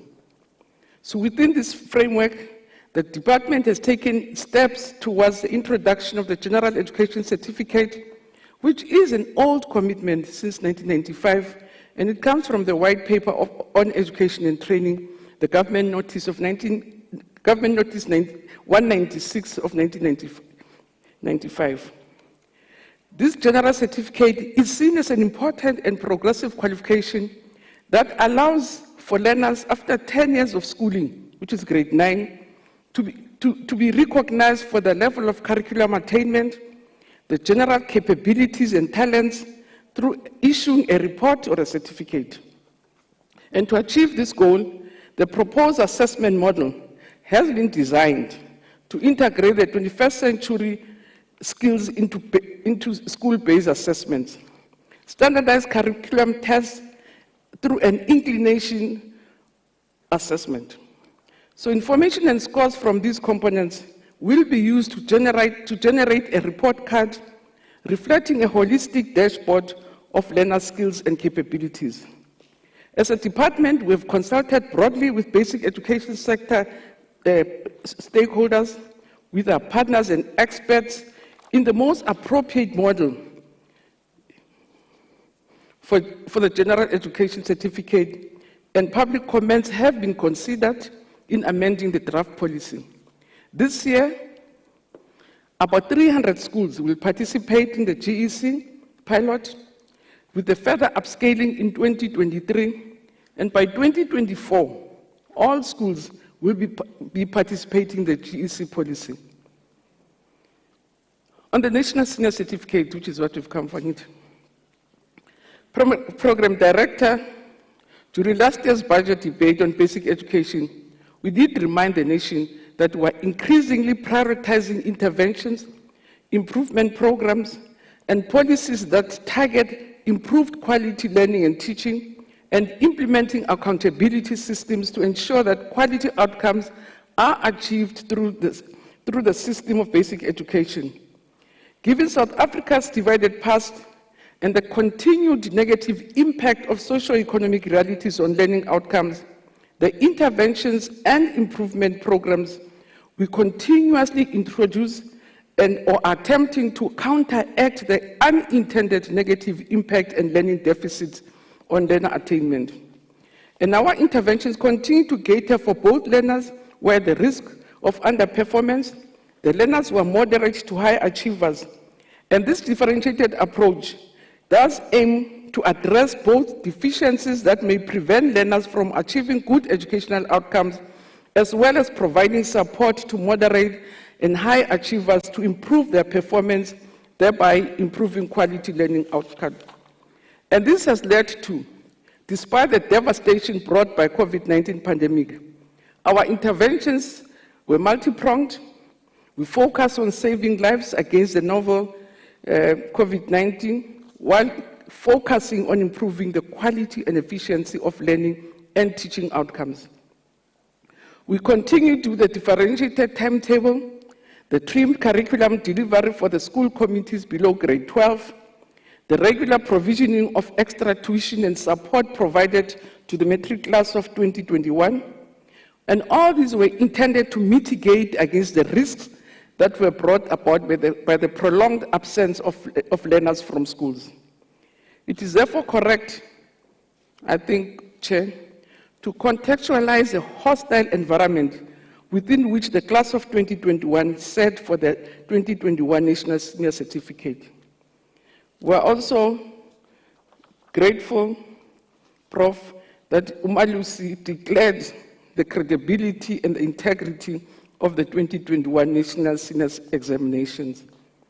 We're happy to inform the public that Umalusi, your Quality Council in general and further education and training, has declared that, and I quote, there were no systemic irregularities reported that might have compromised the credibility and the integrity of the November 2021 National Senior Certificate examinations administered by DBE. And for that, we are very grateful and are very appreciative.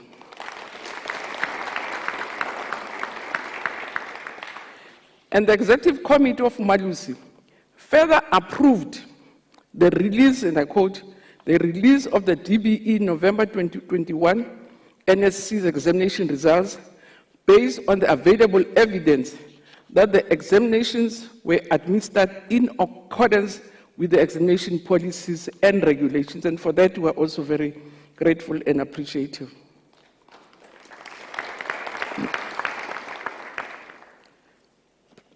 Program Director, ladies and gentlemen, the class of 2021 is the fourth cohort of learners to sit for the National Senior Certificate and the eighth cohort to be exposed to CAP's curriculum.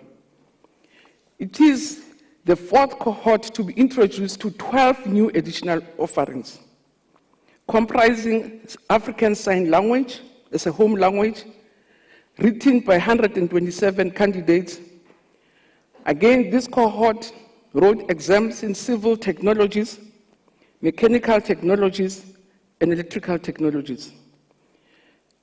They also set for or wrote technical mathematics and technical science, which were written by about 50,330 learners. And this very class was impacted by policy changes. We did away with the policy of progression so that all learners that were progressed had to write a full exam and couldn't break the exam into pieces. We also had to divide some of our question papers, make sure that there are now 2 question papers in accounting, 2 papers in business studies, and we are offering a 3rd paper for all second language, additional languages. In addition, new subjects such as dramatic arts were written this year, music, marine sciences, and practical assessment tasks for technical mathematics, as well as changes to the structure and duration of some of the exam papers. And the total number of candidates who registered in 2021 was 897,163, which was an increase of 23.6% from 2020. And we say this is the largest cohort that we had to present this year. And of these, 733,198 were full-time, which is an increase of 20%. We also had 163,965 part-time learners, again, which was an increase of about 41.5% new learners as compared to last year. And Chair, if I had time, I would again be taking the nation through what the past requirements of NEC, because sometimes there's a misunderstanding about what does it take to have a bachelor, a diploma, as a senior certificate. And because we don't have time, I'll again encourage people to visit our website to say, to get a bachelor's degree, you need at least 4 of your subjects at 50%. You have to pass your language at 40%. You have to pass 6 out of 7 subjects to get it. But those details are contained on our website, and we'll really encourage people to do that so that we debate on an equal level and we're all equally informed. So, Program Director, we saw 61,780 learners progressed. And these will be learners that would not have sat for the exams if we had not condoned them and also put in place mechanisms to support them. And 21,000 of these, 21,469, they passed from those that we had to condone, which represents 37.8% of progress learners that have passed. Amongst these that we have progressed, 3,440 got bachelors, 8,894 got diplomas, and 9,640 got their senior certificate. And as I say, even amongst the learners that we have progressed and we had to condone, we got 1,484 distinctions. And some of the distinctions came from maths, accounting, business studies, and physical science. And I think as we all know that these progress learners, they would have been either repeaters, dropouts, or they would have been discouraged from staying at school. So we're very glad and very appreciative, MECs, that you did support these learners so that they stay longer and we can see something. We also believe as a sector in an inclusive education system which has to contribute towards an inclusive economy to serve an inclusive society.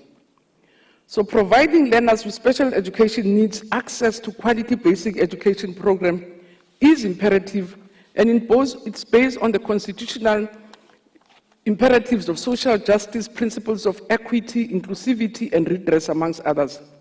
So we have in the past few years, we have included the learners with special education needs in tracking learner performance at the senior certificate.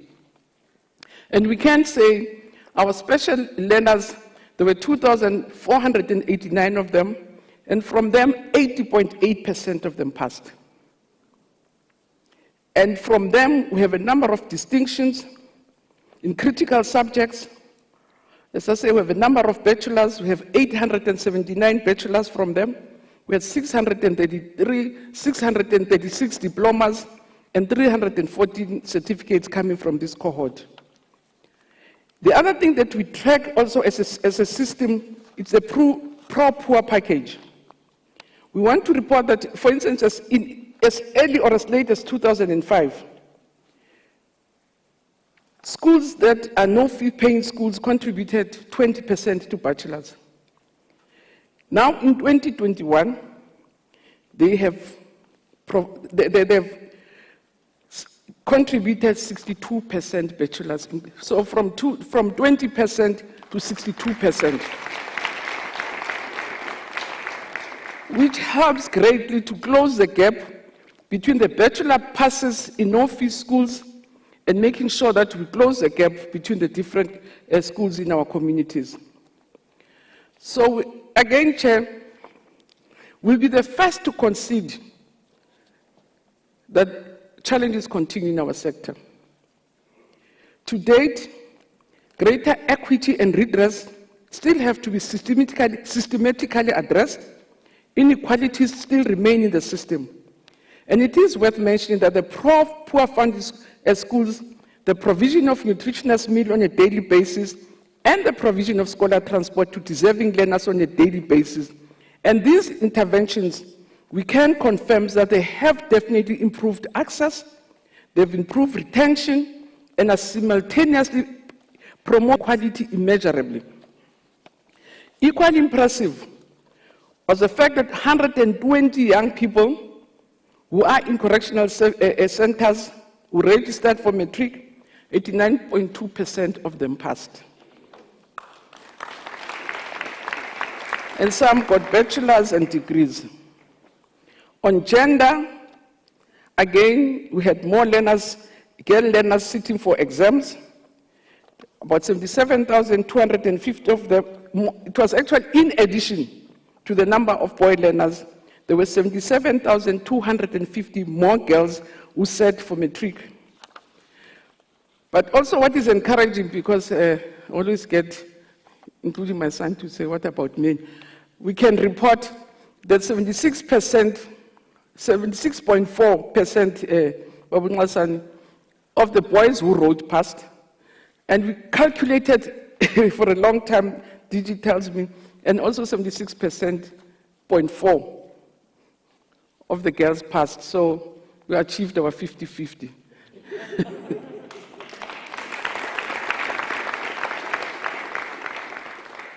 Again, in the full speech, we give you details about how the girl child passed. They had more bachelors this year. They had more diplomas. As I say, we had more numbers of that, that grouping of young people. We also have to account, as I said, for 4 categories.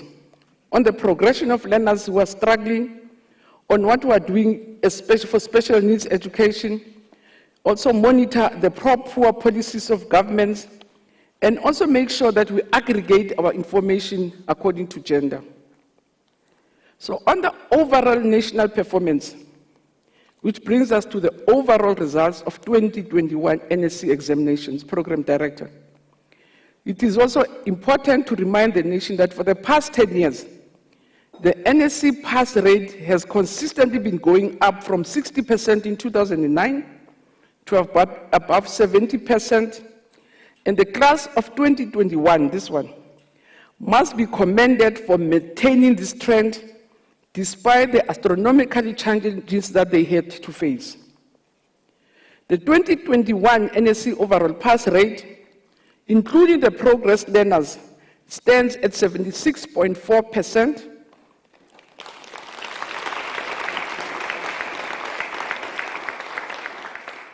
Which is an improvement of 0.2%. So we've moved from 76.4 to 76.6. If we exclude our progress learners, we will be speaking about a pass rate of 79.8%, which is 0.2% short of the 80% figure that we are always striving for since 2019. When we further analyze the results, 256,031 learners, which is 36.4%, got bachelors. Again, it's an increase from last year, the number of bachelors that we received this year. So we say the number of bachelors is the highest attained in the entire history of the NSC exams, but the second highest to that attained in 2019 when expressed as percentages, because the point is we had more learners this year, so more young people got bachelors. But when we use the percentage, this year's percentage in terms of bachelor passes is next to the 2019 bachelor passes.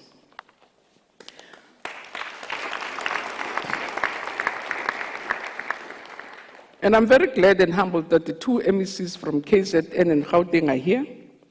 As big systems, they've contributed to the greater number of bachelors.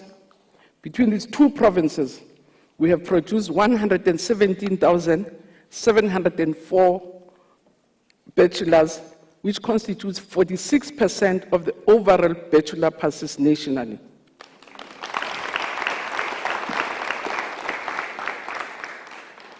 This year, we have 177,572 diplomas, which represent 25.2% of the learners who have written.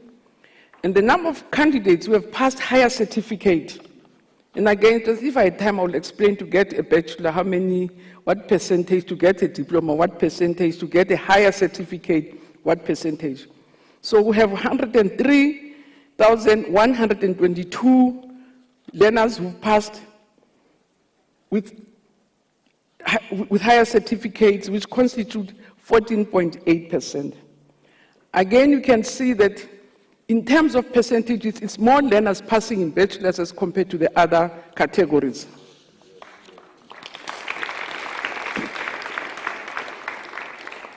And the number of learners who passed with a national senior certificate is 103. And these constitute 0.01%. So it's money, I'm 30%, and they don't even have to pass in 30%. The Kumang is 0.0%. 36.4 got bachelors, which means they must have 4 subjects at 50%. They must pass 6 of the 7 subjects, and that's a majority in terms of the percentages. So in 2021, a total number of 211,725 distinctions were achieved. We had more distinctions. Which is an increase of a whopping 19.3% under the very difficult conditions that our teachers and our learners have to go through. And the main contributors to these distinctions, again, as I say, your big systems, Natal will have given us 61,887 distinctions. Gauteng will have given us 47,399 distinctions. The Western Cape gave us 29,542 distinctions. The Eastern Cape, 24,174 distinctions. And Limpopo, we always talk about the Limpopo miracle. Limpopo gave us 17,755 distinctions.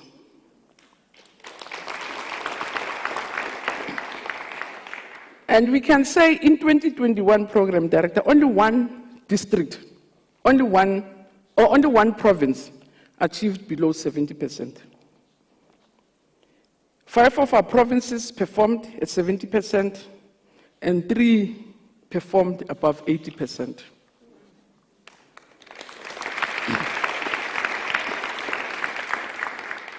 And program that next time I visited the Free State, the MEC will say,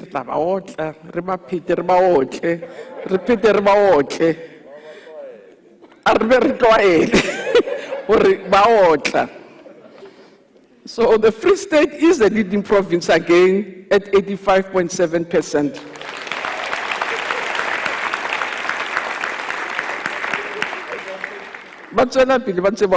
With an improvement of 0.6%. Gauteng lona itshwarela at 82.8% as the second highest province with an improvement, no, with a decline of 1%. The Western Cape achieved 81.2%, which is an improvement of 1.3%. Northwest performed at 78.2%, which is an improvement of 2.0%. KZN Bamisheng achieved 76.8%, which is a decline of 0.8%. Mpumalanga achieved 73.6%, which is a decline of 0.1%. The Eastern Cape achieved 73%, which is an improvement of 4.9%. Which indeed is great for a very a province, because last year we were at 60-something%, so it has gone above 60, so they're at 73%. The Northern Cape, which is the most improved province, stands at number 8 with 71.4%, and they had an improvement of 5.4%.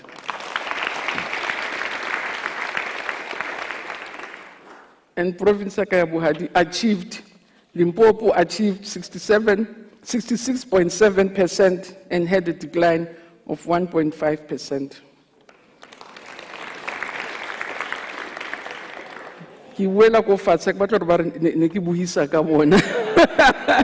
So kere Limpopo phela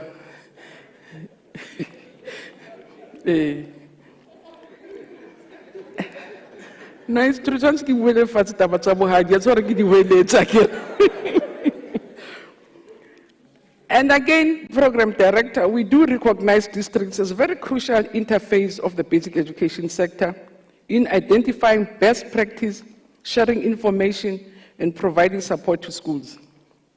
The continued growth in the performance of districts is closely monitored and evaluated by both provincial and national basic education departments.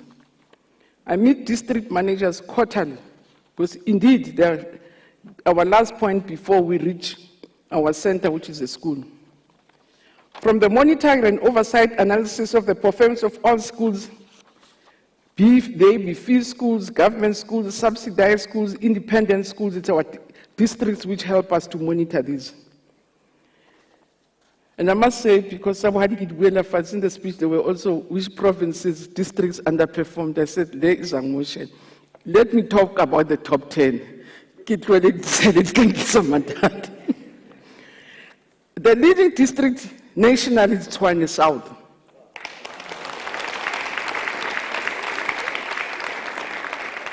At 89.3%. There's a district director who retired this year from Tshwane South.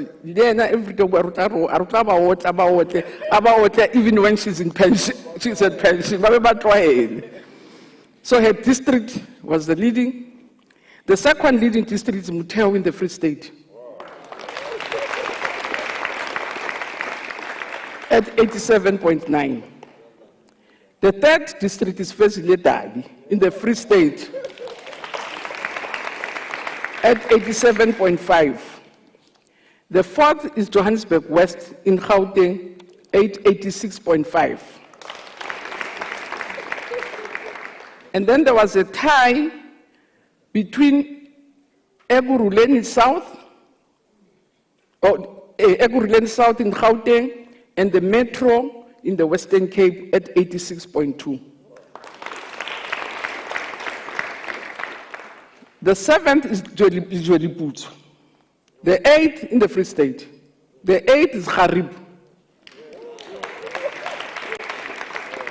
So all 4 districts of the Free State are in the top 10. All the districts. The 9th district is Johannesburg North in Gauteng, and the 10th is Eden in the Central Karoo in the Western Cape. So 4 top districts came from the Free State, 4 from Gauteng, and the 2 came from the Western Cape.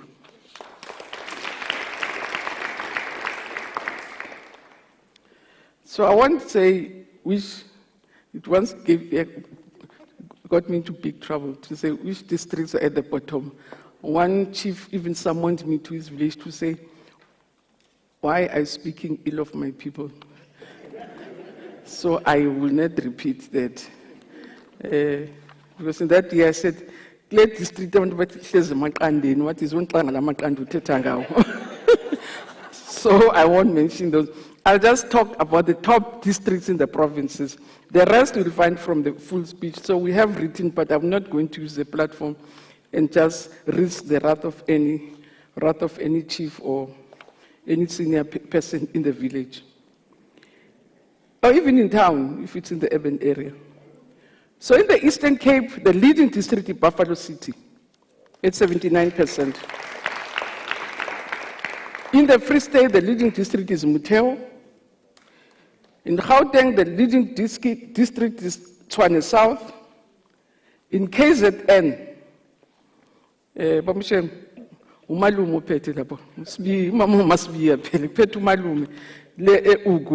the leading district in KZN. And then in Capricorn, the leading district, which is led by Mrs. Nkuzana, is a leading district.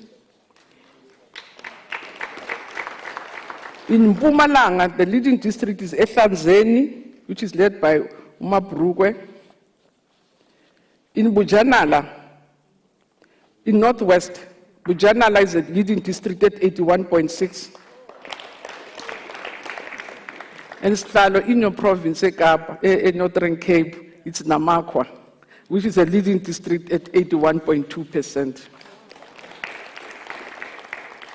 And in the Western Cape, Metro is the leading district. And indeed, as I said, Program Director, I'm looking forward to our next district meeting where we share best practice, information, and experiences, because district directors are the closest to our schools and our children, and I really want to thank them most sincerely. So in conclusion, Program Director, there's no doubt that the system has begun to reach the desired stability. Because if you could withstand the storms, the 2-year storms, and still not come unscathed, but survive, it just shows that the system, as large as ours, complex as ours, is healthy. The unquestionable resilience of our school community has shown against a very devastating pandemic, and that cannot go unnoticed. The fact that we managed to enroll the highest number of full-time candidates for 2021 NEC exam, again, is a clear sign that our communities have faith in the basic education system and the NEC exams that we are coordinating. And we're proud to also indicate that a number of private schools also write and sit for the NEC exam. The high quality passes we have achieved this year, especially the number of bachelor's and diploma passes, the overall pass mark, and the passes with distinctions, even in critical subjects, are a hallmark of a performance of the class of 2021. The classes of 2020 and 2021 produced the best results of quality in the history of the NEC exams. So we have more distinction, we have more bachelors, we have more girls sitting for exams, so we're very proud. We are indeed proud of the class of 2020 and 2021, which persevered against such monumental challenges that our system was never exposed to in the past. The two classes have characterized the resilience of the system, which withstood the unprecedented test of administering an examination of the largest number of candidates faced by the worst pandemic in human history. We'll continue to expand our energies in our sector priorities. We'll continue to consolidate programs for the ECD. We plan to ramp up performance in all the 4 phases of our schooling system. We'll continue to improve the reading proficiency of our learners. We are committed and will continue to work harder and smarter with all our partners to consolidate the gains we have made in the skills revolution through the 3-stream curriculum model and the 4th industrial revolution, amongst others. We will continue to strengthen the assessment regime in all 4 phases of the system. In celebrating the great achievements of the class of 2021, we want to thank the principals, our teachers, support staff, and parents for the work they continue to do. Schools are a core phase of the basic education system. What you do at the school level is what matters most. The future of our learners and the prosperity of our nation is in the hands of our teachers, the principals, and the parents, and the communities we serve. We applaud you for great work, for your continued support work on a daily basis. I wish also to take this opportunity to thank the President Cyril Ramaphosa and the Cabinet, the Portfolio Committee Chair, and the Select Committee, which are responsible for basic education. I want to thank my colleague, Dr. Muhaule, the honorable MECs who really work hard. I always tell people that at least I have been an MEC, and I know to be an MEC Jemudruru. Jemudruru. Those who don't know, who have not been part of our education system, go and look for the Afrikaans word roer. But Africans Jemudruru if you're an MEC, and they roer in real sense. I want to thank the Director General and his team of selfless officials, Tate Muswen, Tate Mweli. But I also want to thank our strategic partners, our teacher unions, our governing bodies, associations, our partners, some of them here who are in business, non-governmental organizations, So some of the researchers who work with us, who support us on an ongoing basis. Also institutions of higher learning, which have helped us a lot on an ongoing basis. Also want to thank the NECT chair and the CEO of the NECT, which is an organization that helps the department to coordinate with different, or it helps the government to coordinate with different partners outside government. They support us through funding, they support by bringing partners to us, and thank you very much for this ongoing support. And as I say, we can feel the difference of really having strong partners partnering with us, and that makes a huge difference to our lives. I want to also thank our statutory bodies. Prof, I want to thank Umalusi. Each time we go to Umalusi, I have to phone Dijuri. Oh, what are they saying? Because we know it's not easy. What is the mood? What did the chairperson look like? Was he cheeky? Are we? So we want to thank you also for the support and the guidance. We want to support the LRC also for all the work that they do with us, SAIS, and I say our researchers whose work we cannot do without our sister departments who really help us a lot, because we're a very big system with big problems. And on our own, we can't stand without all the partners that we need. But we also want to thank South Africans who on an ongoing basis show huge interest in the work that we do. You open a radio station, it's all about education. So you really do feel that South Africans are paying attention, they have an interest in education, and also interest in getting our children to succeed. The Deputy Minister is going to thank our partners who are supporting us on an ongoing basis with skills, resources. But I have to thank MTN, MTN, so I have to. MTN for hosting us. I also want to thank SABC for hosting us. I want to thank the governing party also, because they also every day, because we every day.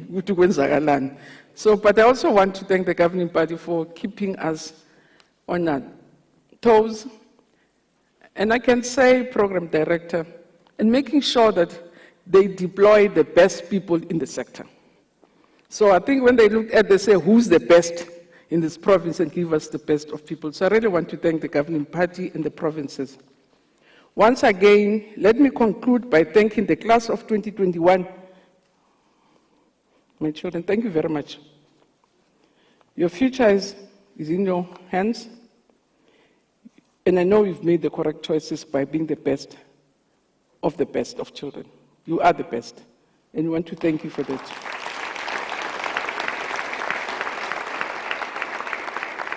As I said in the morning, you carry the hopes of your families, but for us, you also carry the hopes of the nation. We expect you to contribute towards the prosperity of this country, the growth of this country, development of this country, because you are the best, and which means you can always do the best things in life. So thank you very much for being who you are. But those, again, who have not passed, who did not do well in these exams, we say they should not despair. There are lots of life chances available to them. Those who wish to improve their results should enroll for the Second Chance Matric program. Registration into the program is already open. So if you get your results tomorrow, you find that you want to improve your results. But also some people are late bloomers.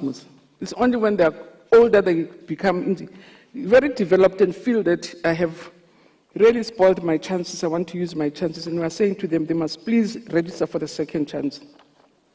And program director, I think I'll be failing in my duties if I don't say, or really encourage our parents and communities to encourage our 12 to 7-year-olds to vaccinate.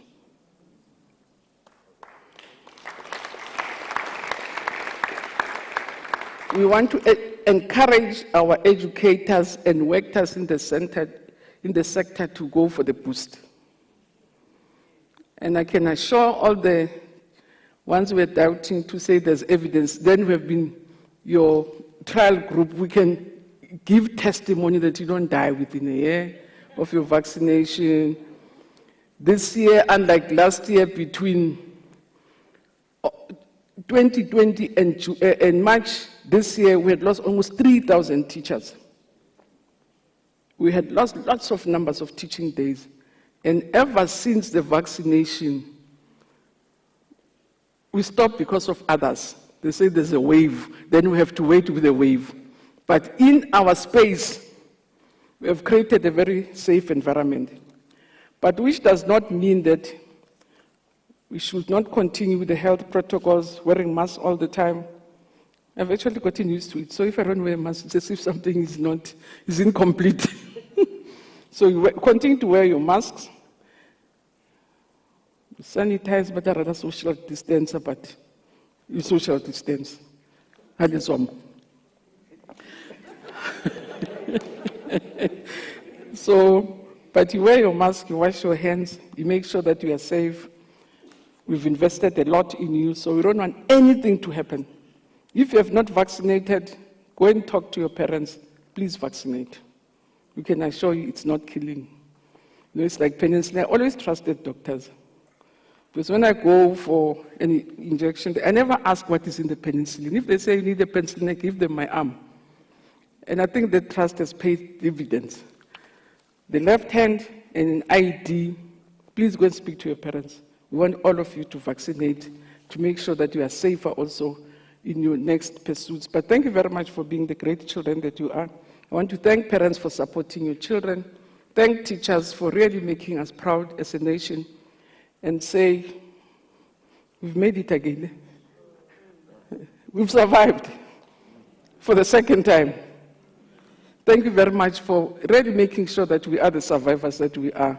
And thank you for everything else, MECs and our partners. We can't call you all by names. That they cause that we must see quite a number of our partners are here. Prof, Valmik and everybody. Thank you, Slad, Sabulet. Thank you very much.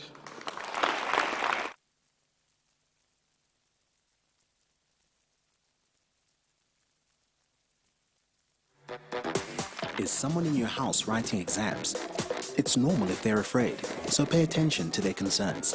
Help them stay calm and focused. Encourage them to get enough sleep, to exercise and eat well. Know their exam timetable. Help them to make a study schedule and stick to it. Encourage them to stay positive. But if anxiety is affecting their work, don't be afraid to get help. Ask other parents or teachers for advice. Woza Matrix.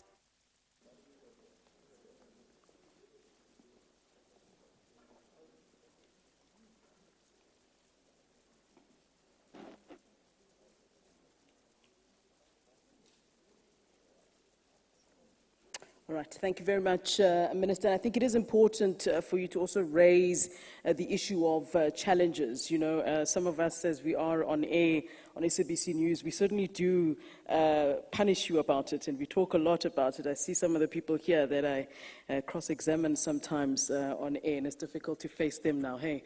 All right, so let's get to the most important part of today. And Minister, you said a lot of numbers. I must tell you, I wasn't great at maths at school, but I did hear you say that 897,963 learners sat for a Matric 2021. So as we are indeed acknowledging the top achievers in our country, let's just remember what a big feat that is. That is no small feat. The fact that they were able to come out tops from such a huge number of matriculants who indeed sat for Matric 2021. Minister, I will ask you to please, if you can, just step forward so that you are able to congratulate those that are placed first. These are not learners I have to repeat things to, but I will do it nonetheless. So, as we said before, if you are in third place, please stand so we can see you and acknowledge you and sit again. Second place, if you can do the same, you stand, we acknowledge you. And then the first place, you will then come forward, come to the minister, and go back to your seat. All right, so let's begin then with that as we start, of course, with the prizes and the awards then. I will be speaking about which province the learners are from so that we know how they did. Yes, Deputy Minister, thank you very much. Right. Let's begin with Quintile 1, the prizes for Quintile 1. And in third place, we have from KZN, Pila Lungani Mbuyisa from Nsalamanga High. If you can stand for us.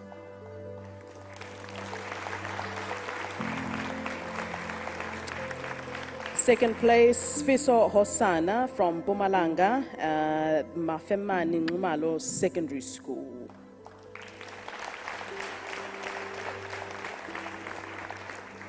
And first place is Rick Wilberforce Ngosi from Mpumalanga as well, Slamafasa Secondary School. Step forward for us. And of course, as we did mention, many matriculants are sitting down for these exams. We're not sure what the MECs are laughing about here, but all right. Indeed, that is a learner from Mpumalanga, so we can celebrate that for you, Mpumalanga.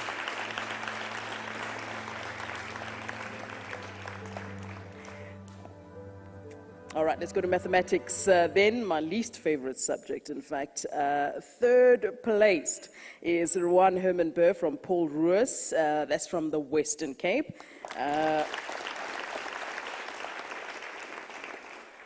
Second place is Anna Christina Creel from Renish Girls High in the Western Cape. First place, please step forward, Ziad Banderker from Rondebosch Boys High in the Western Cape as well.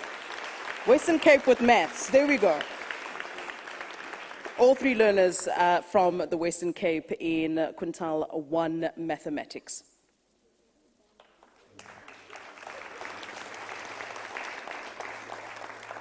Let's move on to Quintile 2 then, third place, Mpendulo Nzoia.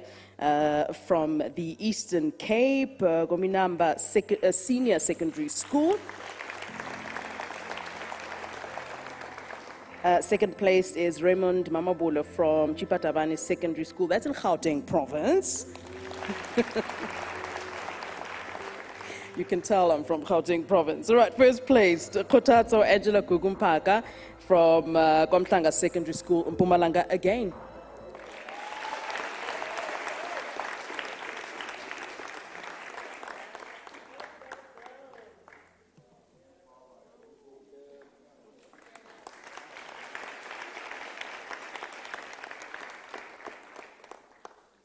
All right, let's move on to technical maths then. And we start in third place with Innocent Josia Matonzi from Mpumalanga, from the DD Mabuza Comprehensive High. All right, second place is Abonile Nkonjane from Fosloras Comprehensive Secondary, GP again. All right, and then first place is Gift Makosa Mbizwe from SJ van der Merwe Technical School, Limpopo. Step forward, yeah.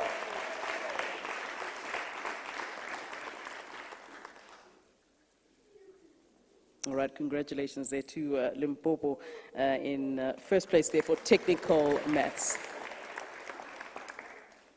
All right. I think you might want to pose for that photo. It's not going to come again.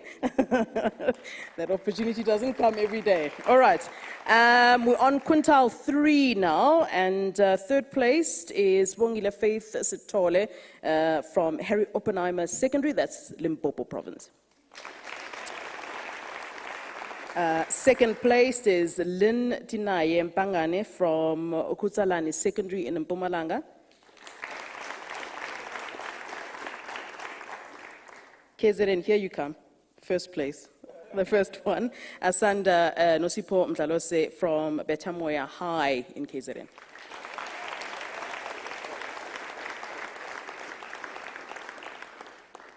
All right, so they're KZN featuring first place there. That's Quintile 3 for Asanda. Congratulations.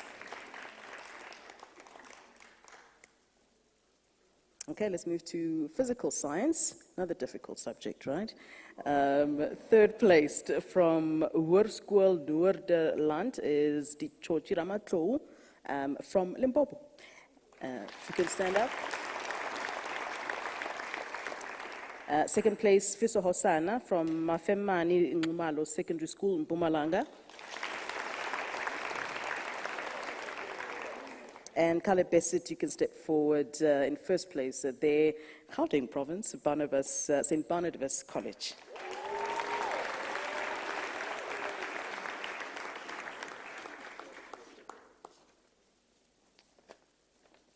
Congratulations to you.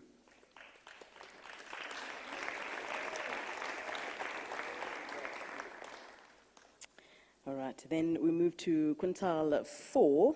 Begin with third place is Delisha Davana from Limpopo Toyando Secondary School. Second place in Tlengi Shange, Menzi High, KZN. KZN, first place, Port Shepstone Secondary, we have Iman Khan.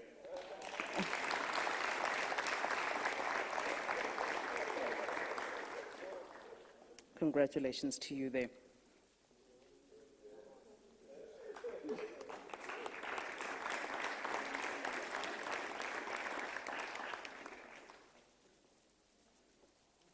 All right, let's move on to technical science in Quintile 4. In third place is Mlungisi Ngwaba from from Siabonga High, that's in KZN. Second place, Lunga Dube from Vryheid Comprehensive, also in KZN.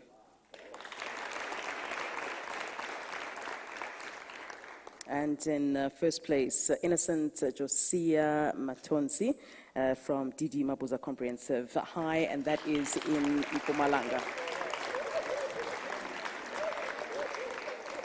I do believe that this school is doing amazing things from what I've read. Congratulations to you.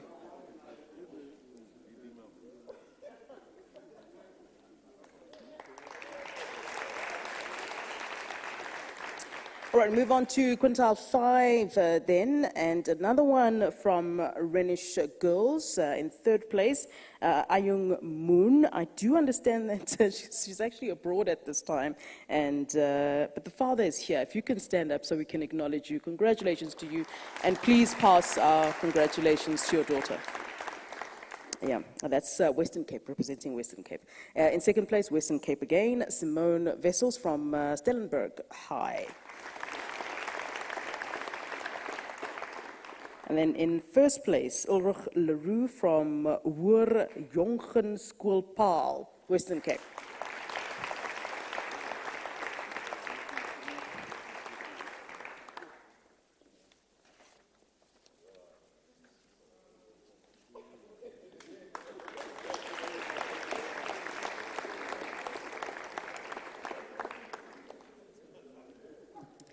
All right, we move on to... All right, let's move on to South African Sign Language. There's the naughty corner right there. Where the noise is, there's the naughty corner. Minister, be aware. Yeah, right there. All right, so South African Sign Language then in third place, Siyanda Anele Gumede from Gatwindwa School for the Deaf. That's in KZN. In second place, Rabetsui Liakwakwe from St. Vincent's School, Gauteng Province. And in first place, you can step forward for us, please, Zanokuhle Sisanda Lepu from St. Vincent's School, Gauteng Province. All right, congratulations. And we will also be acknowledging, in fact, special needs education.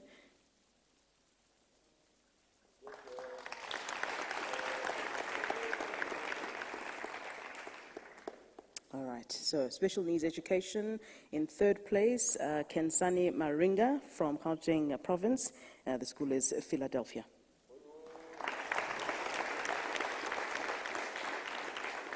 In second place, Azra Ibrahim from OpenA in KZN.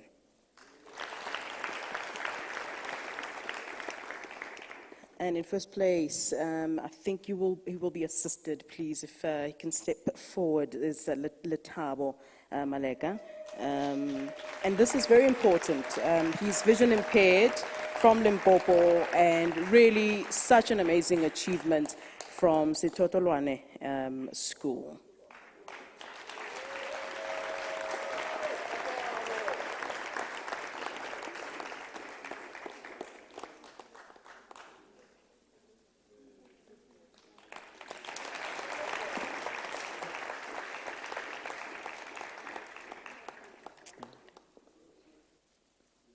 So those are the learners that we are indeed acknowledging this evening.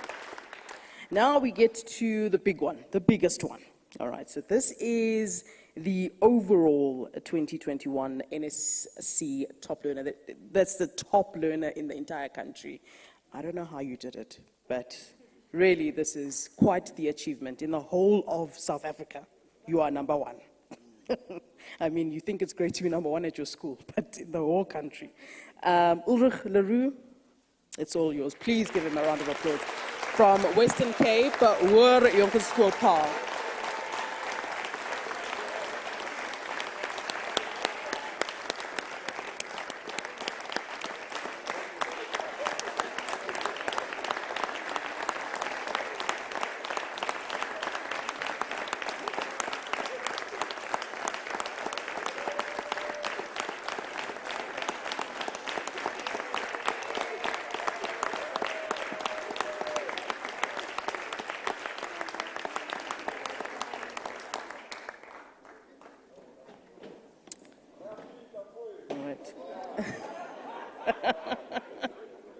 Yeah, representing the Western Cape province, top learner in the country.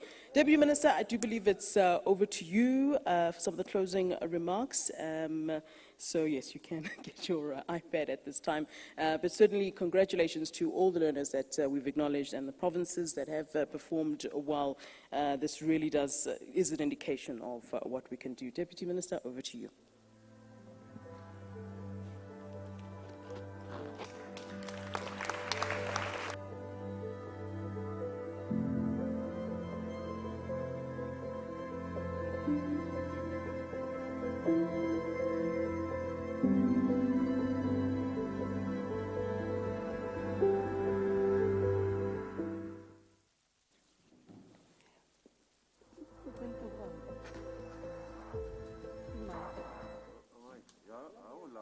Rightly. Oh, thank you.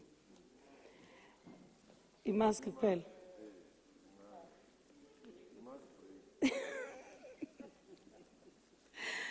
Okay, thank you. Minister, thank you very much for this opportunity to say thank you to you. Yeah, you thanked everybody except yourself, and it cannot happen that you thank yourself. We are here to say thank you for being a good driver.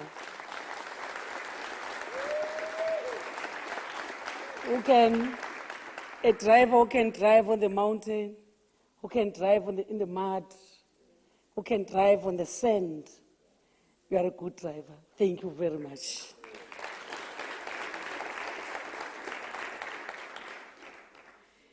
Yes, in the past 2 years that you are a new Minister for Basic Education, we've done well. And we've done very well under the circumstances. It has been, of course, a challenging period for the basic education sector in particular, and life in general has also been turned upside down by COVID-19. The year 2021 also came with its own challenges, with the rotational timetabling still in place. The fact that we are here today is a testimony that we have overcome those challenges. But it was not easy. Today's announcement of the 2021 National Senior Certificate Examinations results is a special meeting that deserves distinctive attention for a number of reasons. These learners not only had to deal with a reduced exposure to face-to-face teaching and learning, but also had to contend with the anxieties and the trauma of COVID-19. Countless families have been pushed to the limits of financial endurance from loss of jobs and income. Not only this, but also many families have lost family members and friends due to the pandemic. Children have lost their parents, grandparents, and caregivers. We often do not consider the psychological effect of this pandemic on our learners. One of the purposes of this event is to celebrate not just the top achievers, but to pay homage to everybody in the basic education sector for the contribution in the recovery efforts. We say thank you, thank you, thank you. We thank each and every teacher in the sector. We thank union leadership, leaders, school governing body associations, and school governing bodies in schools, civil society, parents, caregivers, school principals, teachers, staff, education assistants, and general assistants. We know that it's a concerted effort. It's not a one-man show. So we truly appreciate the work that you do. Let me thank our MECs. I know Minister has thanked you, but let me add to that. Every time Minister would say, I'm not doing anything, I'm just a minister. MECs are the ones that are doing the job. So you must know that you are always appreciated by the minister, and you are indeed doing a good job. Whether from the top province and the bottom province, there's nothing called bottom, because we saw here learners coming from Limpopo, coming from Eastern Cape, coming from all over the country. It shows it's a result of the work that we are doing in the sector. So we don't only thank the grade 12 learners, we thank all learners in the system, because grade 12 starts at grade R. So it's a work that has been there for years, 13 years journey. These ones, Minister, have attended grade R class, this class. So it's the journey that they started 13 years ago. The Director General, the team, DDGs and HODs from provinces, and all the managers in the Department of Basic Education and Provincial Education departments want to say thank you so much for the work that we are doing. Tonight, we also pause and appreciate the contribution of our sponsors. MTN South Africa. I remember last time, Minister, I didn't mention sponsors by name. Then DG said, no, DM, don't do that. You must mention them by name because they'll run away. MTN South Africa.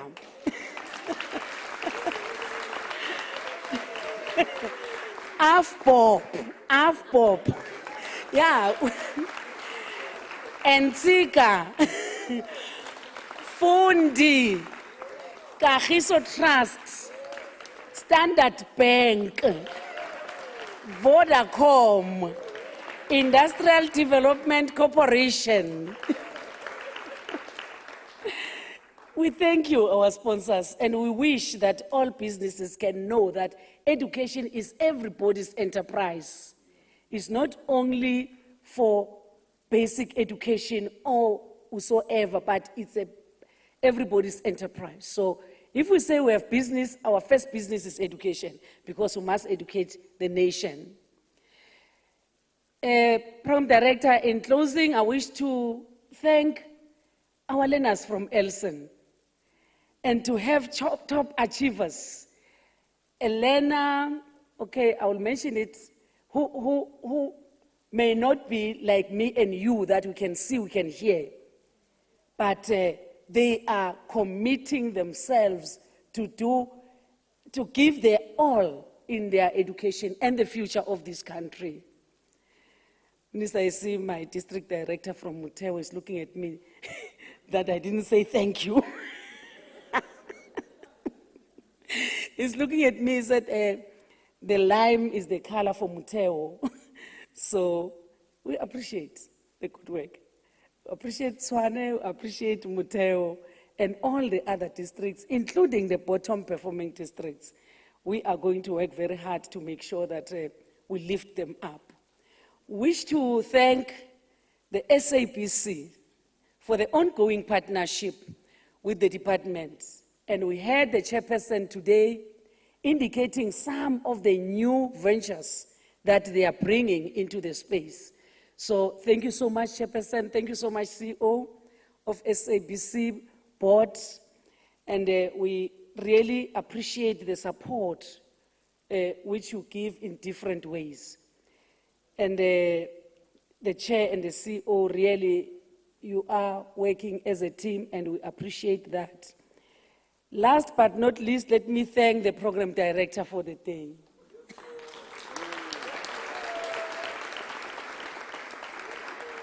Flo, thank you so much. You conducted this work in a decent manner. And we really, really appreciate the good work that you have done. Well done for the sterling work. To all our top achievers, thank you for your hard work. We know that it's only hard work that pays. All of you, if we can interview you, you'll never mention a teacher. Maybe a teacher will come number 10 in your list, but you'll mention yourself that I was committed, I was dedicated, I gave my all, I did not sleep, I did not do this. Then the teacher will come in the end. But want to thank the good work that is done by our teachers. Want to say to all of us here, let's travel safe back home, and we wish all of us the best in 2022. We should not expect 2022 to give us the best. Let's give 2022 the best, and we'll see we'll prosper as a nation. Thank you so much.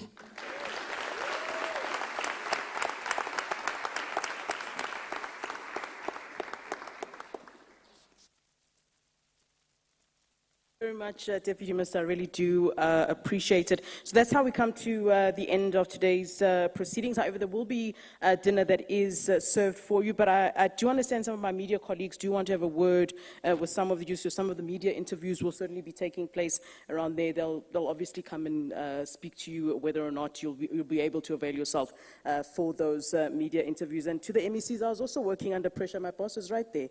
So I know what you are feeling, I do. All right, so a very good evening to you. Please continue to take care of yourselves, and to you, the learners, congratulations once again. And we look forward to seeing your names up there and really just representing all of us. I know it's a lot on your shoulders for young people, but you know what? You've shown that you're capable. So really, that is all on you. All right, congratulations. Thank you very much, everyone.